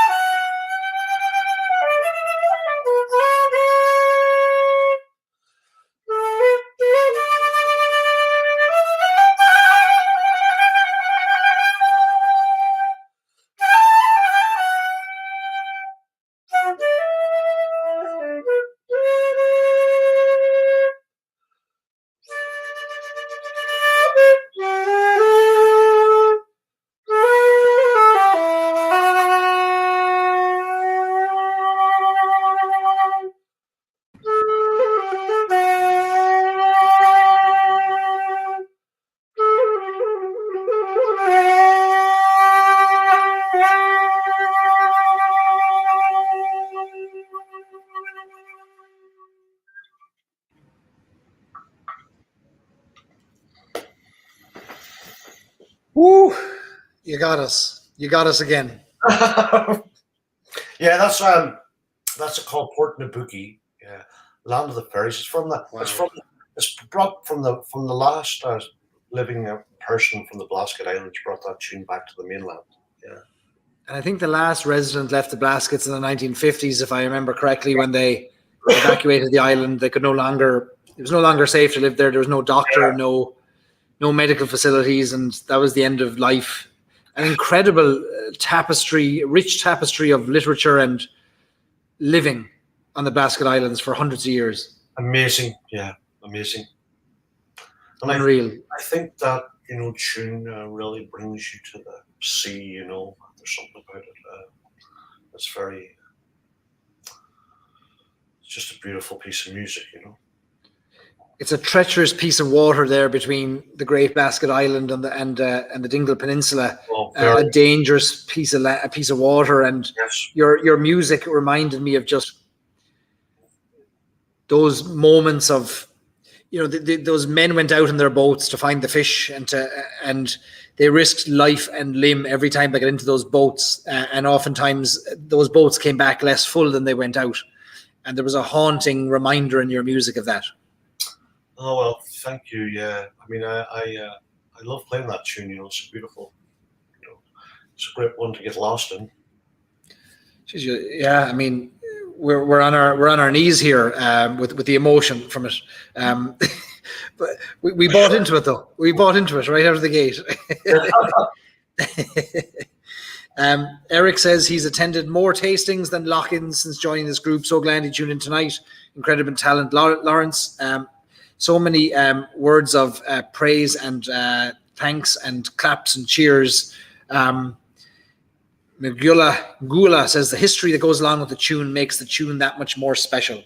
I would agree with that. And I'm going to pour a special whiskey to go with that special tune, a 28-year-old Redbreast Dream Cask, to celebrate Lawrence's amazing music and gift to us tonight. That we are so sláinte to everybody and sláinte to Lawrence for the feels, all the feels and the emotion that we need. We can't hide from. Well, thanks so much for having me on. I don't know how long you've left, but to stay for a little while. It's up to you now. So, if you have another tune in you, we're not going to turn you away. Like, okay, sure. Maybe I'll play something faster this time. Maybe play a few reels, just maybe to get your foot or get you tapping again. So good man. These are. I heard these tunes. They're two old ones from. There's a great accordion player, very famous from Lochray, one of Irish traditional music's most famous musicians. Joe Burke, just passed about a month ago, and there's two tunes he used to play in honor of him.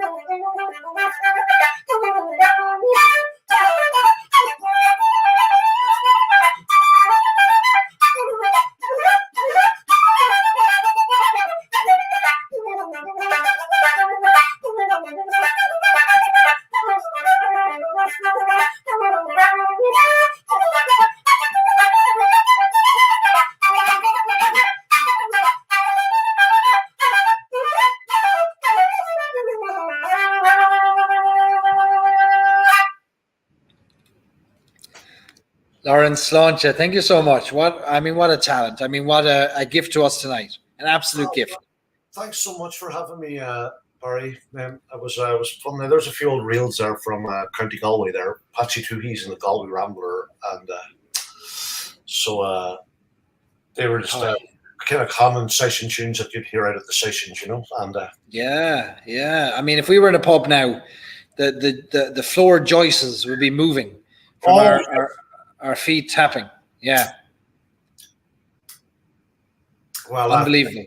Thanks everyone, I guess. So, if you want, whatever you want to do there, Barry, maybe you want to talk about the whiskey there, and maybe enough. I will. Lawrence, you've been an absolute treasure and a gift, and we don't want to leave it so long again before we have you back. And hopefully, we should talk about getting some of your buddies together and doing an old session. Maybe we can figure something out. Yeah, we could figure something. Maybe I have room to have at least one person here with me. Brilliant. And in this particular room, but we could also do it. Where we could have a lot more people. We could put there's a few friends of mine. We do like kind of a mixture of music, rather than just Irish. Oh yeah. Do a bit of van. And, very good. Yeah. I'll be down for that. I'll give you a shout during the week. Sure, we have no chat about it. Well, thanks so much for having me again, and thanks to all your listeners there and all the people there at the tasting, for all the lovely comments. I see some of them popping up there. Lots of them here, yeah. Fantastic playing, Lawrence. Thank you for sharing your gift with us. Lawrence is king. If you want to support Lawrence as well, please go visit his website, lawrencenugent.com, where you can pick up some of his albums, which will be very helpful. Encourage you to do that. And Lawrence, I'll chat with you during the week, but we look forward to having you back again soon. It's always a treat and an absolute privilege to be in your company and to experience your music firsthand. We're the richer for it. So thank you. My pleasure. Thanks so much for having me, Barry. And I enjoy all the people that listened in there. It's been nice sitting here and talking, playing a few tunes. It's a thing I probably. I don't do that often in the house, to be honest. But well, I do. I have. If you go to any corner of my house, there's a tin whistle lying somewhere. So usually I walk by and every room. I'll I'll pick one up even when I'm I feel the urge. But maybe if you want one more, I'll give you a quick one there. Do you want a quick one? Oh, good man. Go on, go for it. Well, thanks to everybody again, and I'll give you a quick one on the whistle just to. I'll sign off with this. So thanks, Barry, man. Thanks, Lawrence. Sláinte, my friend. Thank you. Good luck to everyone there, and enjoy the rest of the tasting there. Sláinte, Lawrence.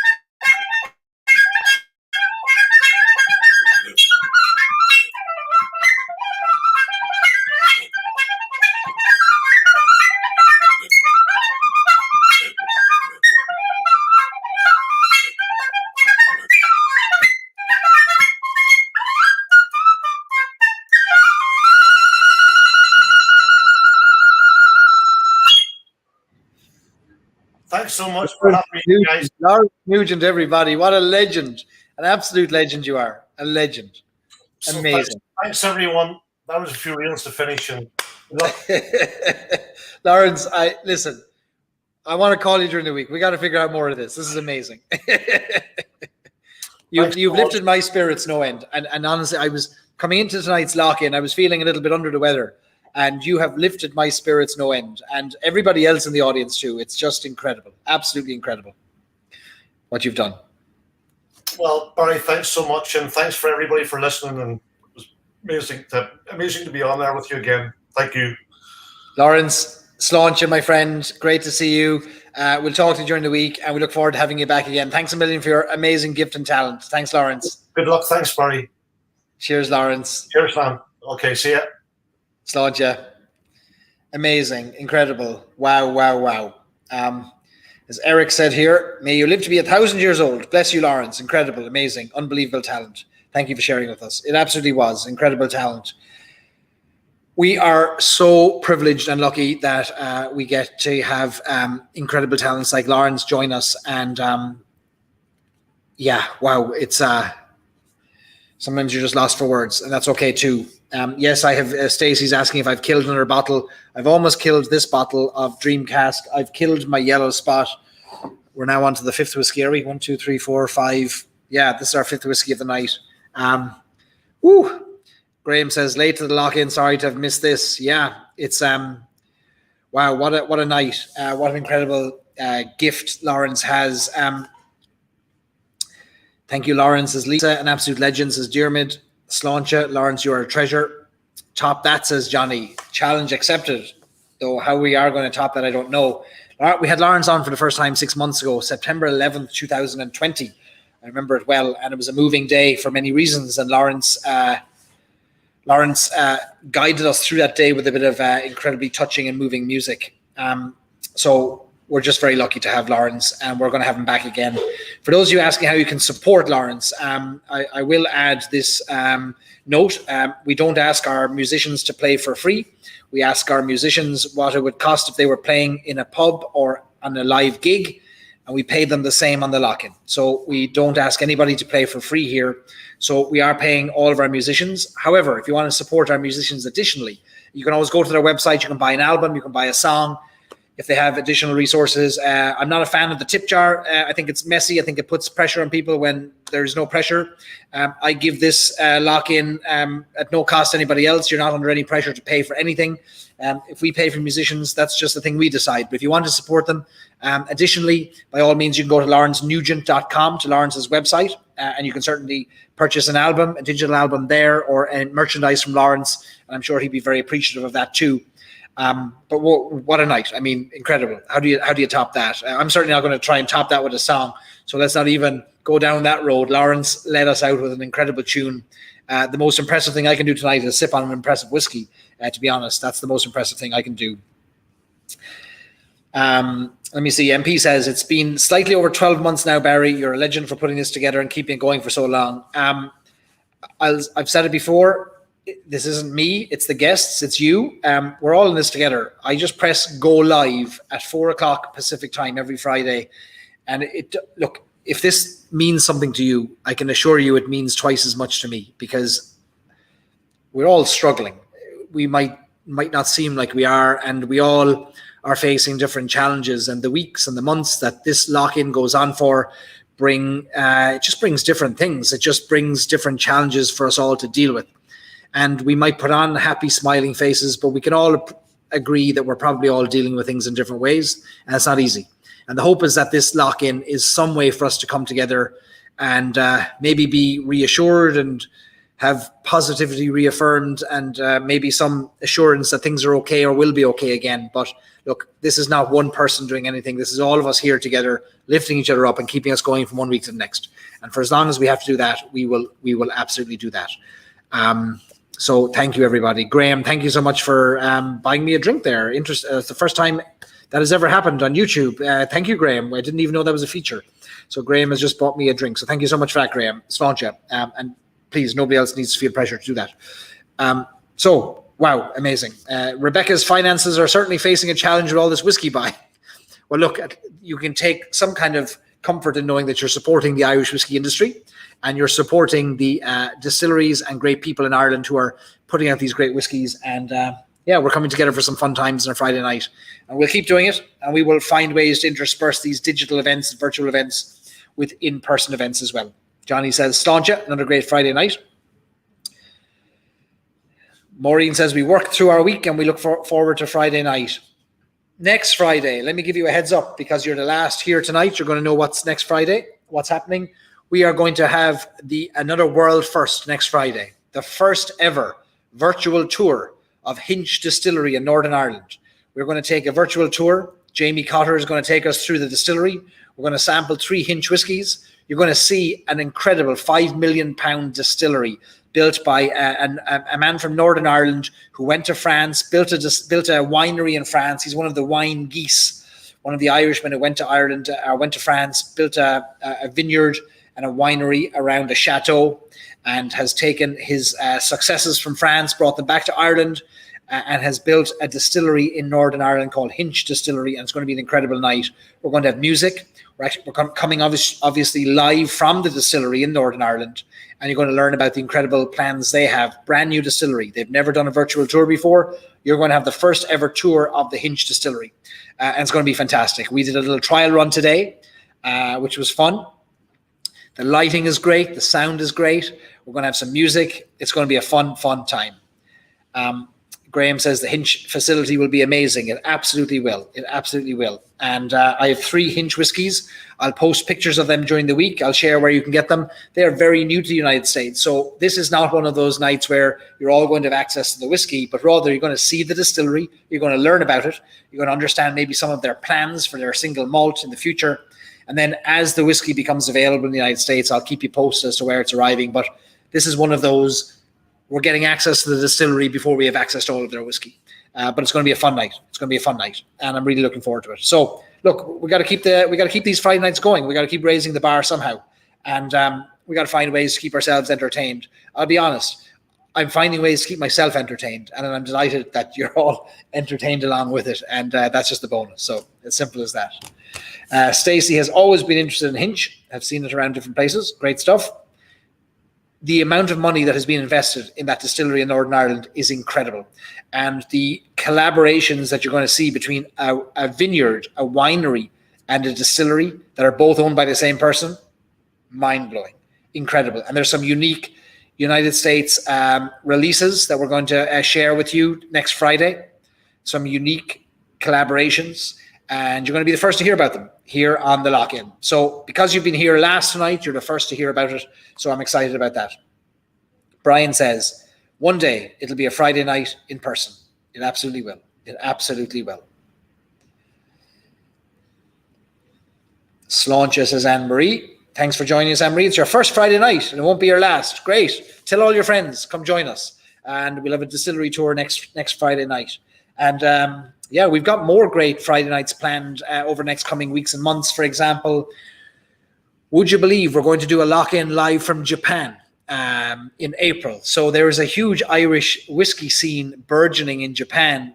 And we've got an Irish whiskey fan who lives in Japan who is going to be bringing together some Japanese musicians who are going to play Irish music. We're going to talk about the Irish music scene in Japan that's coming. We are going to be joined by, who else? Nick Ryan, founder of Thomond Gate Whiskey, a Limerick-focused whiskey, and also he is the founder of the Irish Whiskey and Spirits Institute.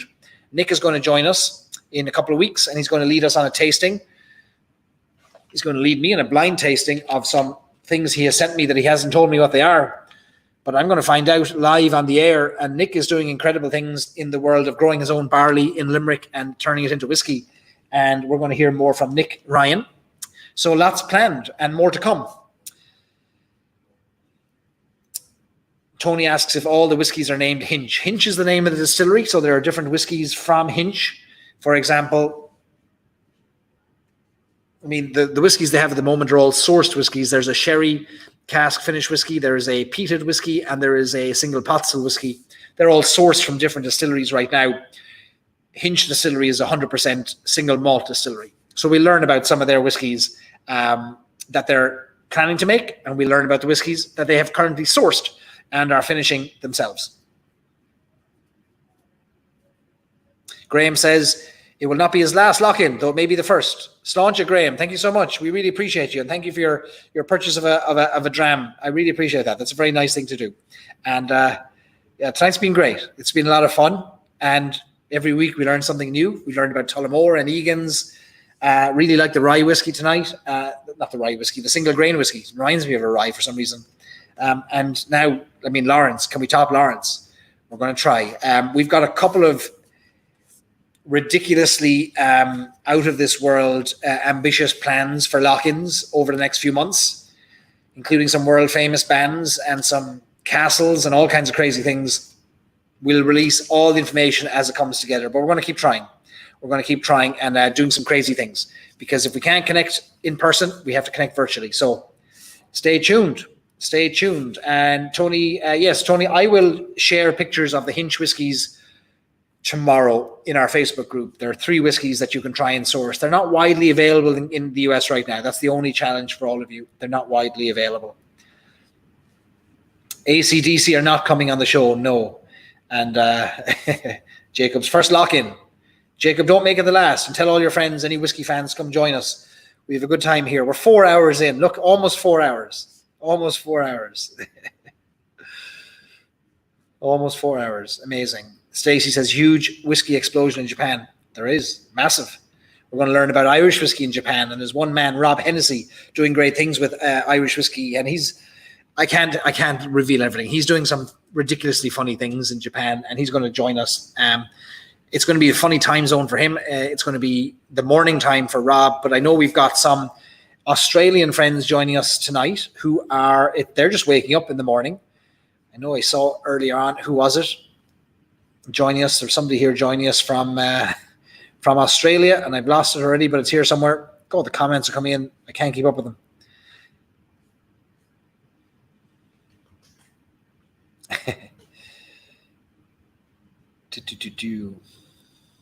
U2. Brian says it's U2. It's not U2, but we can try and get them as well. But we'll try and do some interesting things. Look, this is a bit of fun, isn't it? What else will we be doing on a Friday night? Yes, William, if you've just joined, and William is only up the road from me. So look, William, if you don't have the Hinch whiskies, we can take care of you. I'll be in touch. We can take care of you. I'll give you all the whiskies you need. Next week, we're doing a tour, a video tour, a live virtual tour of Hinch Distillery. Jamie Cotter will take us around Hinch and show us the amazing setup they have there. We did a virtual setup. We did a virtual tour today. Let me see if I've got a picture of it. I took a screenshot on my phone as we were doing a little virtual tour today. See if I can show it to you. There's Jamie in the distillery today. There's the 3 stills behind him, 3 very unusual copper pot stills. But it was, we did a great little run through today. It's funny, as I'm looking at my pictures here, I also have this picture, which I think was a bit of an amazing part of tonight, wasn't it? Lawrence on his 2 tin whistles at the same time.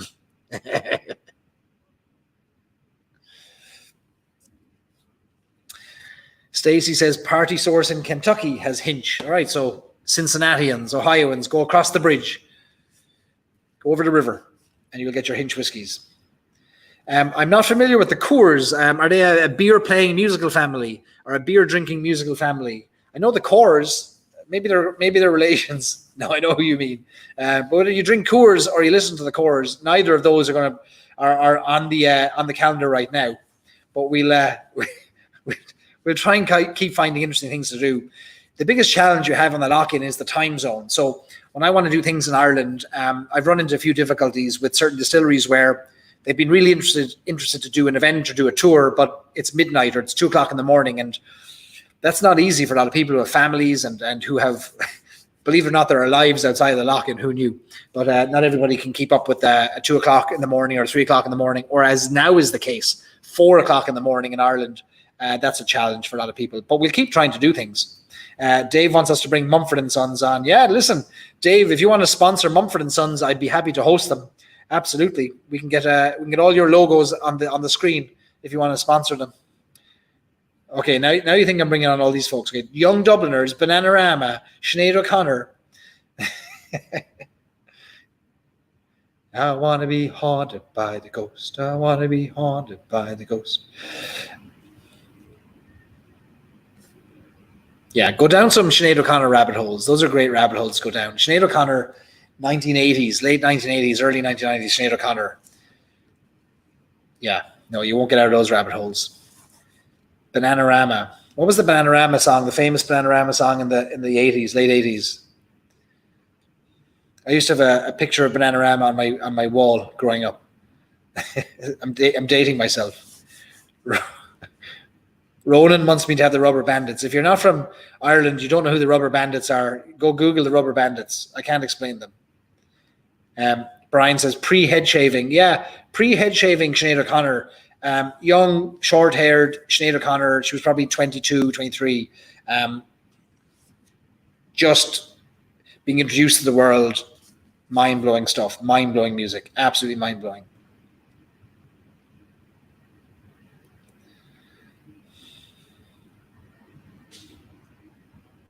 The house band from NYNY. What's NYNY?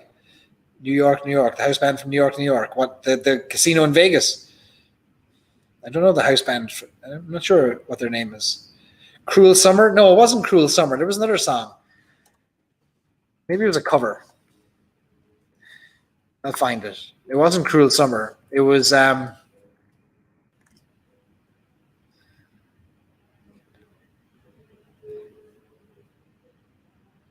10 Bananarama songs. No, it was. Wait, what was it? Love is in the air. I heard a rumor. Help. Oh yes, their cover of Help. Their cover of the Beatles song Help was what got me introduced to Bananarama in the late 1980s. Yeah, Help. Nine Fine Irishmen. Yeah, we'll have to do a Las Vegas meetup as well because there's a great community in Nevada. Yeah, there's a great community. We can do a meetup in Las Vegas. What's the name of the pub where William Grass is part of? But they do a great tasting there. William runs the Irish Whiskey Club. William Grass in is it McNally's in Vegas? Venus. I heard a rumor. No, it was Help. Help was the one that I got introduced him with. The cover of the Beatles song.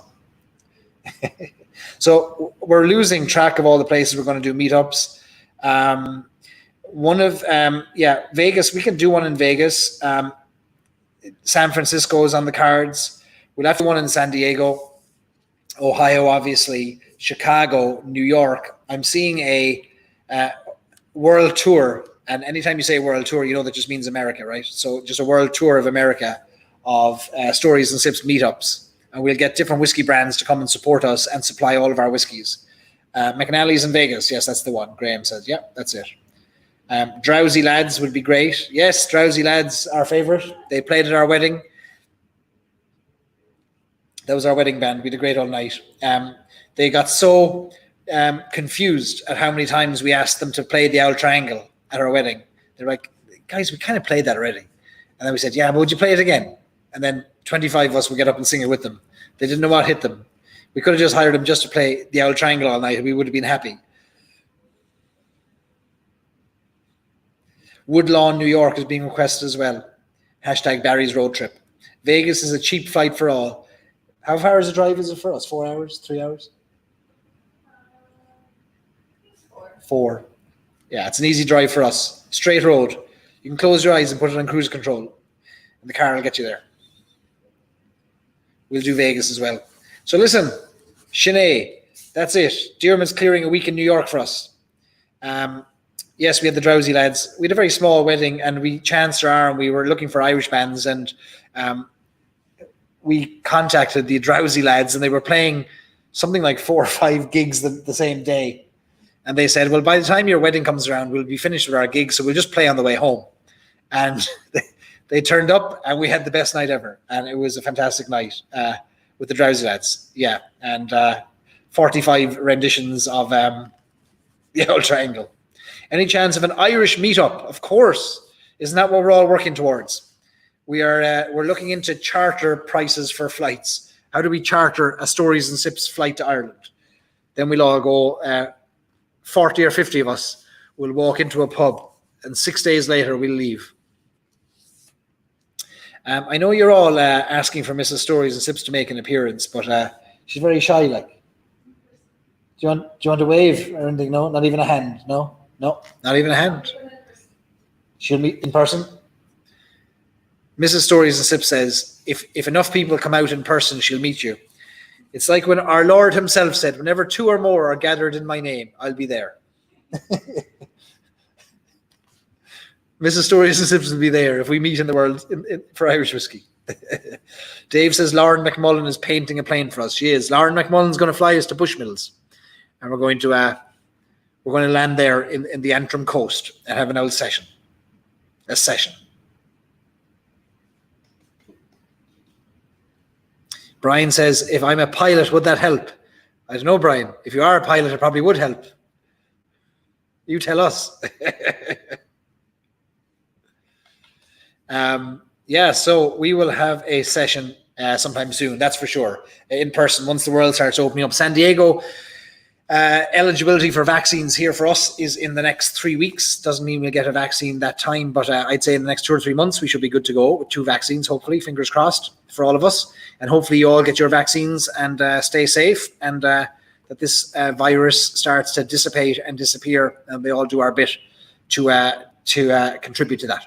And once it's safe to do so and people feel comfortable, we don't want to put anybody under any pressure. We want people to feel happy and safe, but we want to support our bartenders and our pubs and our distilleries and Ireland. So we will be doing that as soon as we possibly can. Sinead, everybody, thank you all for joining for another great lock-in. I say this every week. I'll say it again tonight. I never expected it to go this long. Tonight was one of those nights where I thought we get a couple of hours out of it anyway. Nope, 4 hours, 4 minutes, 49 seconds. We're still here. Donna Stewart was on here earlier. Donna, if you're here, I think we've beaten your record. We've beaten your record. But one of the first in-person lock-in consequence meetups might be happening soon because Donna is coming to San Diego. So I might get to meet one of our lock-in guests in person for the first time. So that could happen. So lots going on. Anyway, Sláinte, good night, everybody. Thanks for joining. I'll see you all in the Facebook group.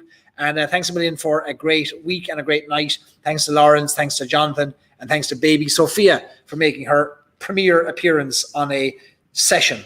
She did it well tonight. Sláinte, everybody. Tell your friends all about us. Thanks for joining, and I'll see you all next week. Sláinte.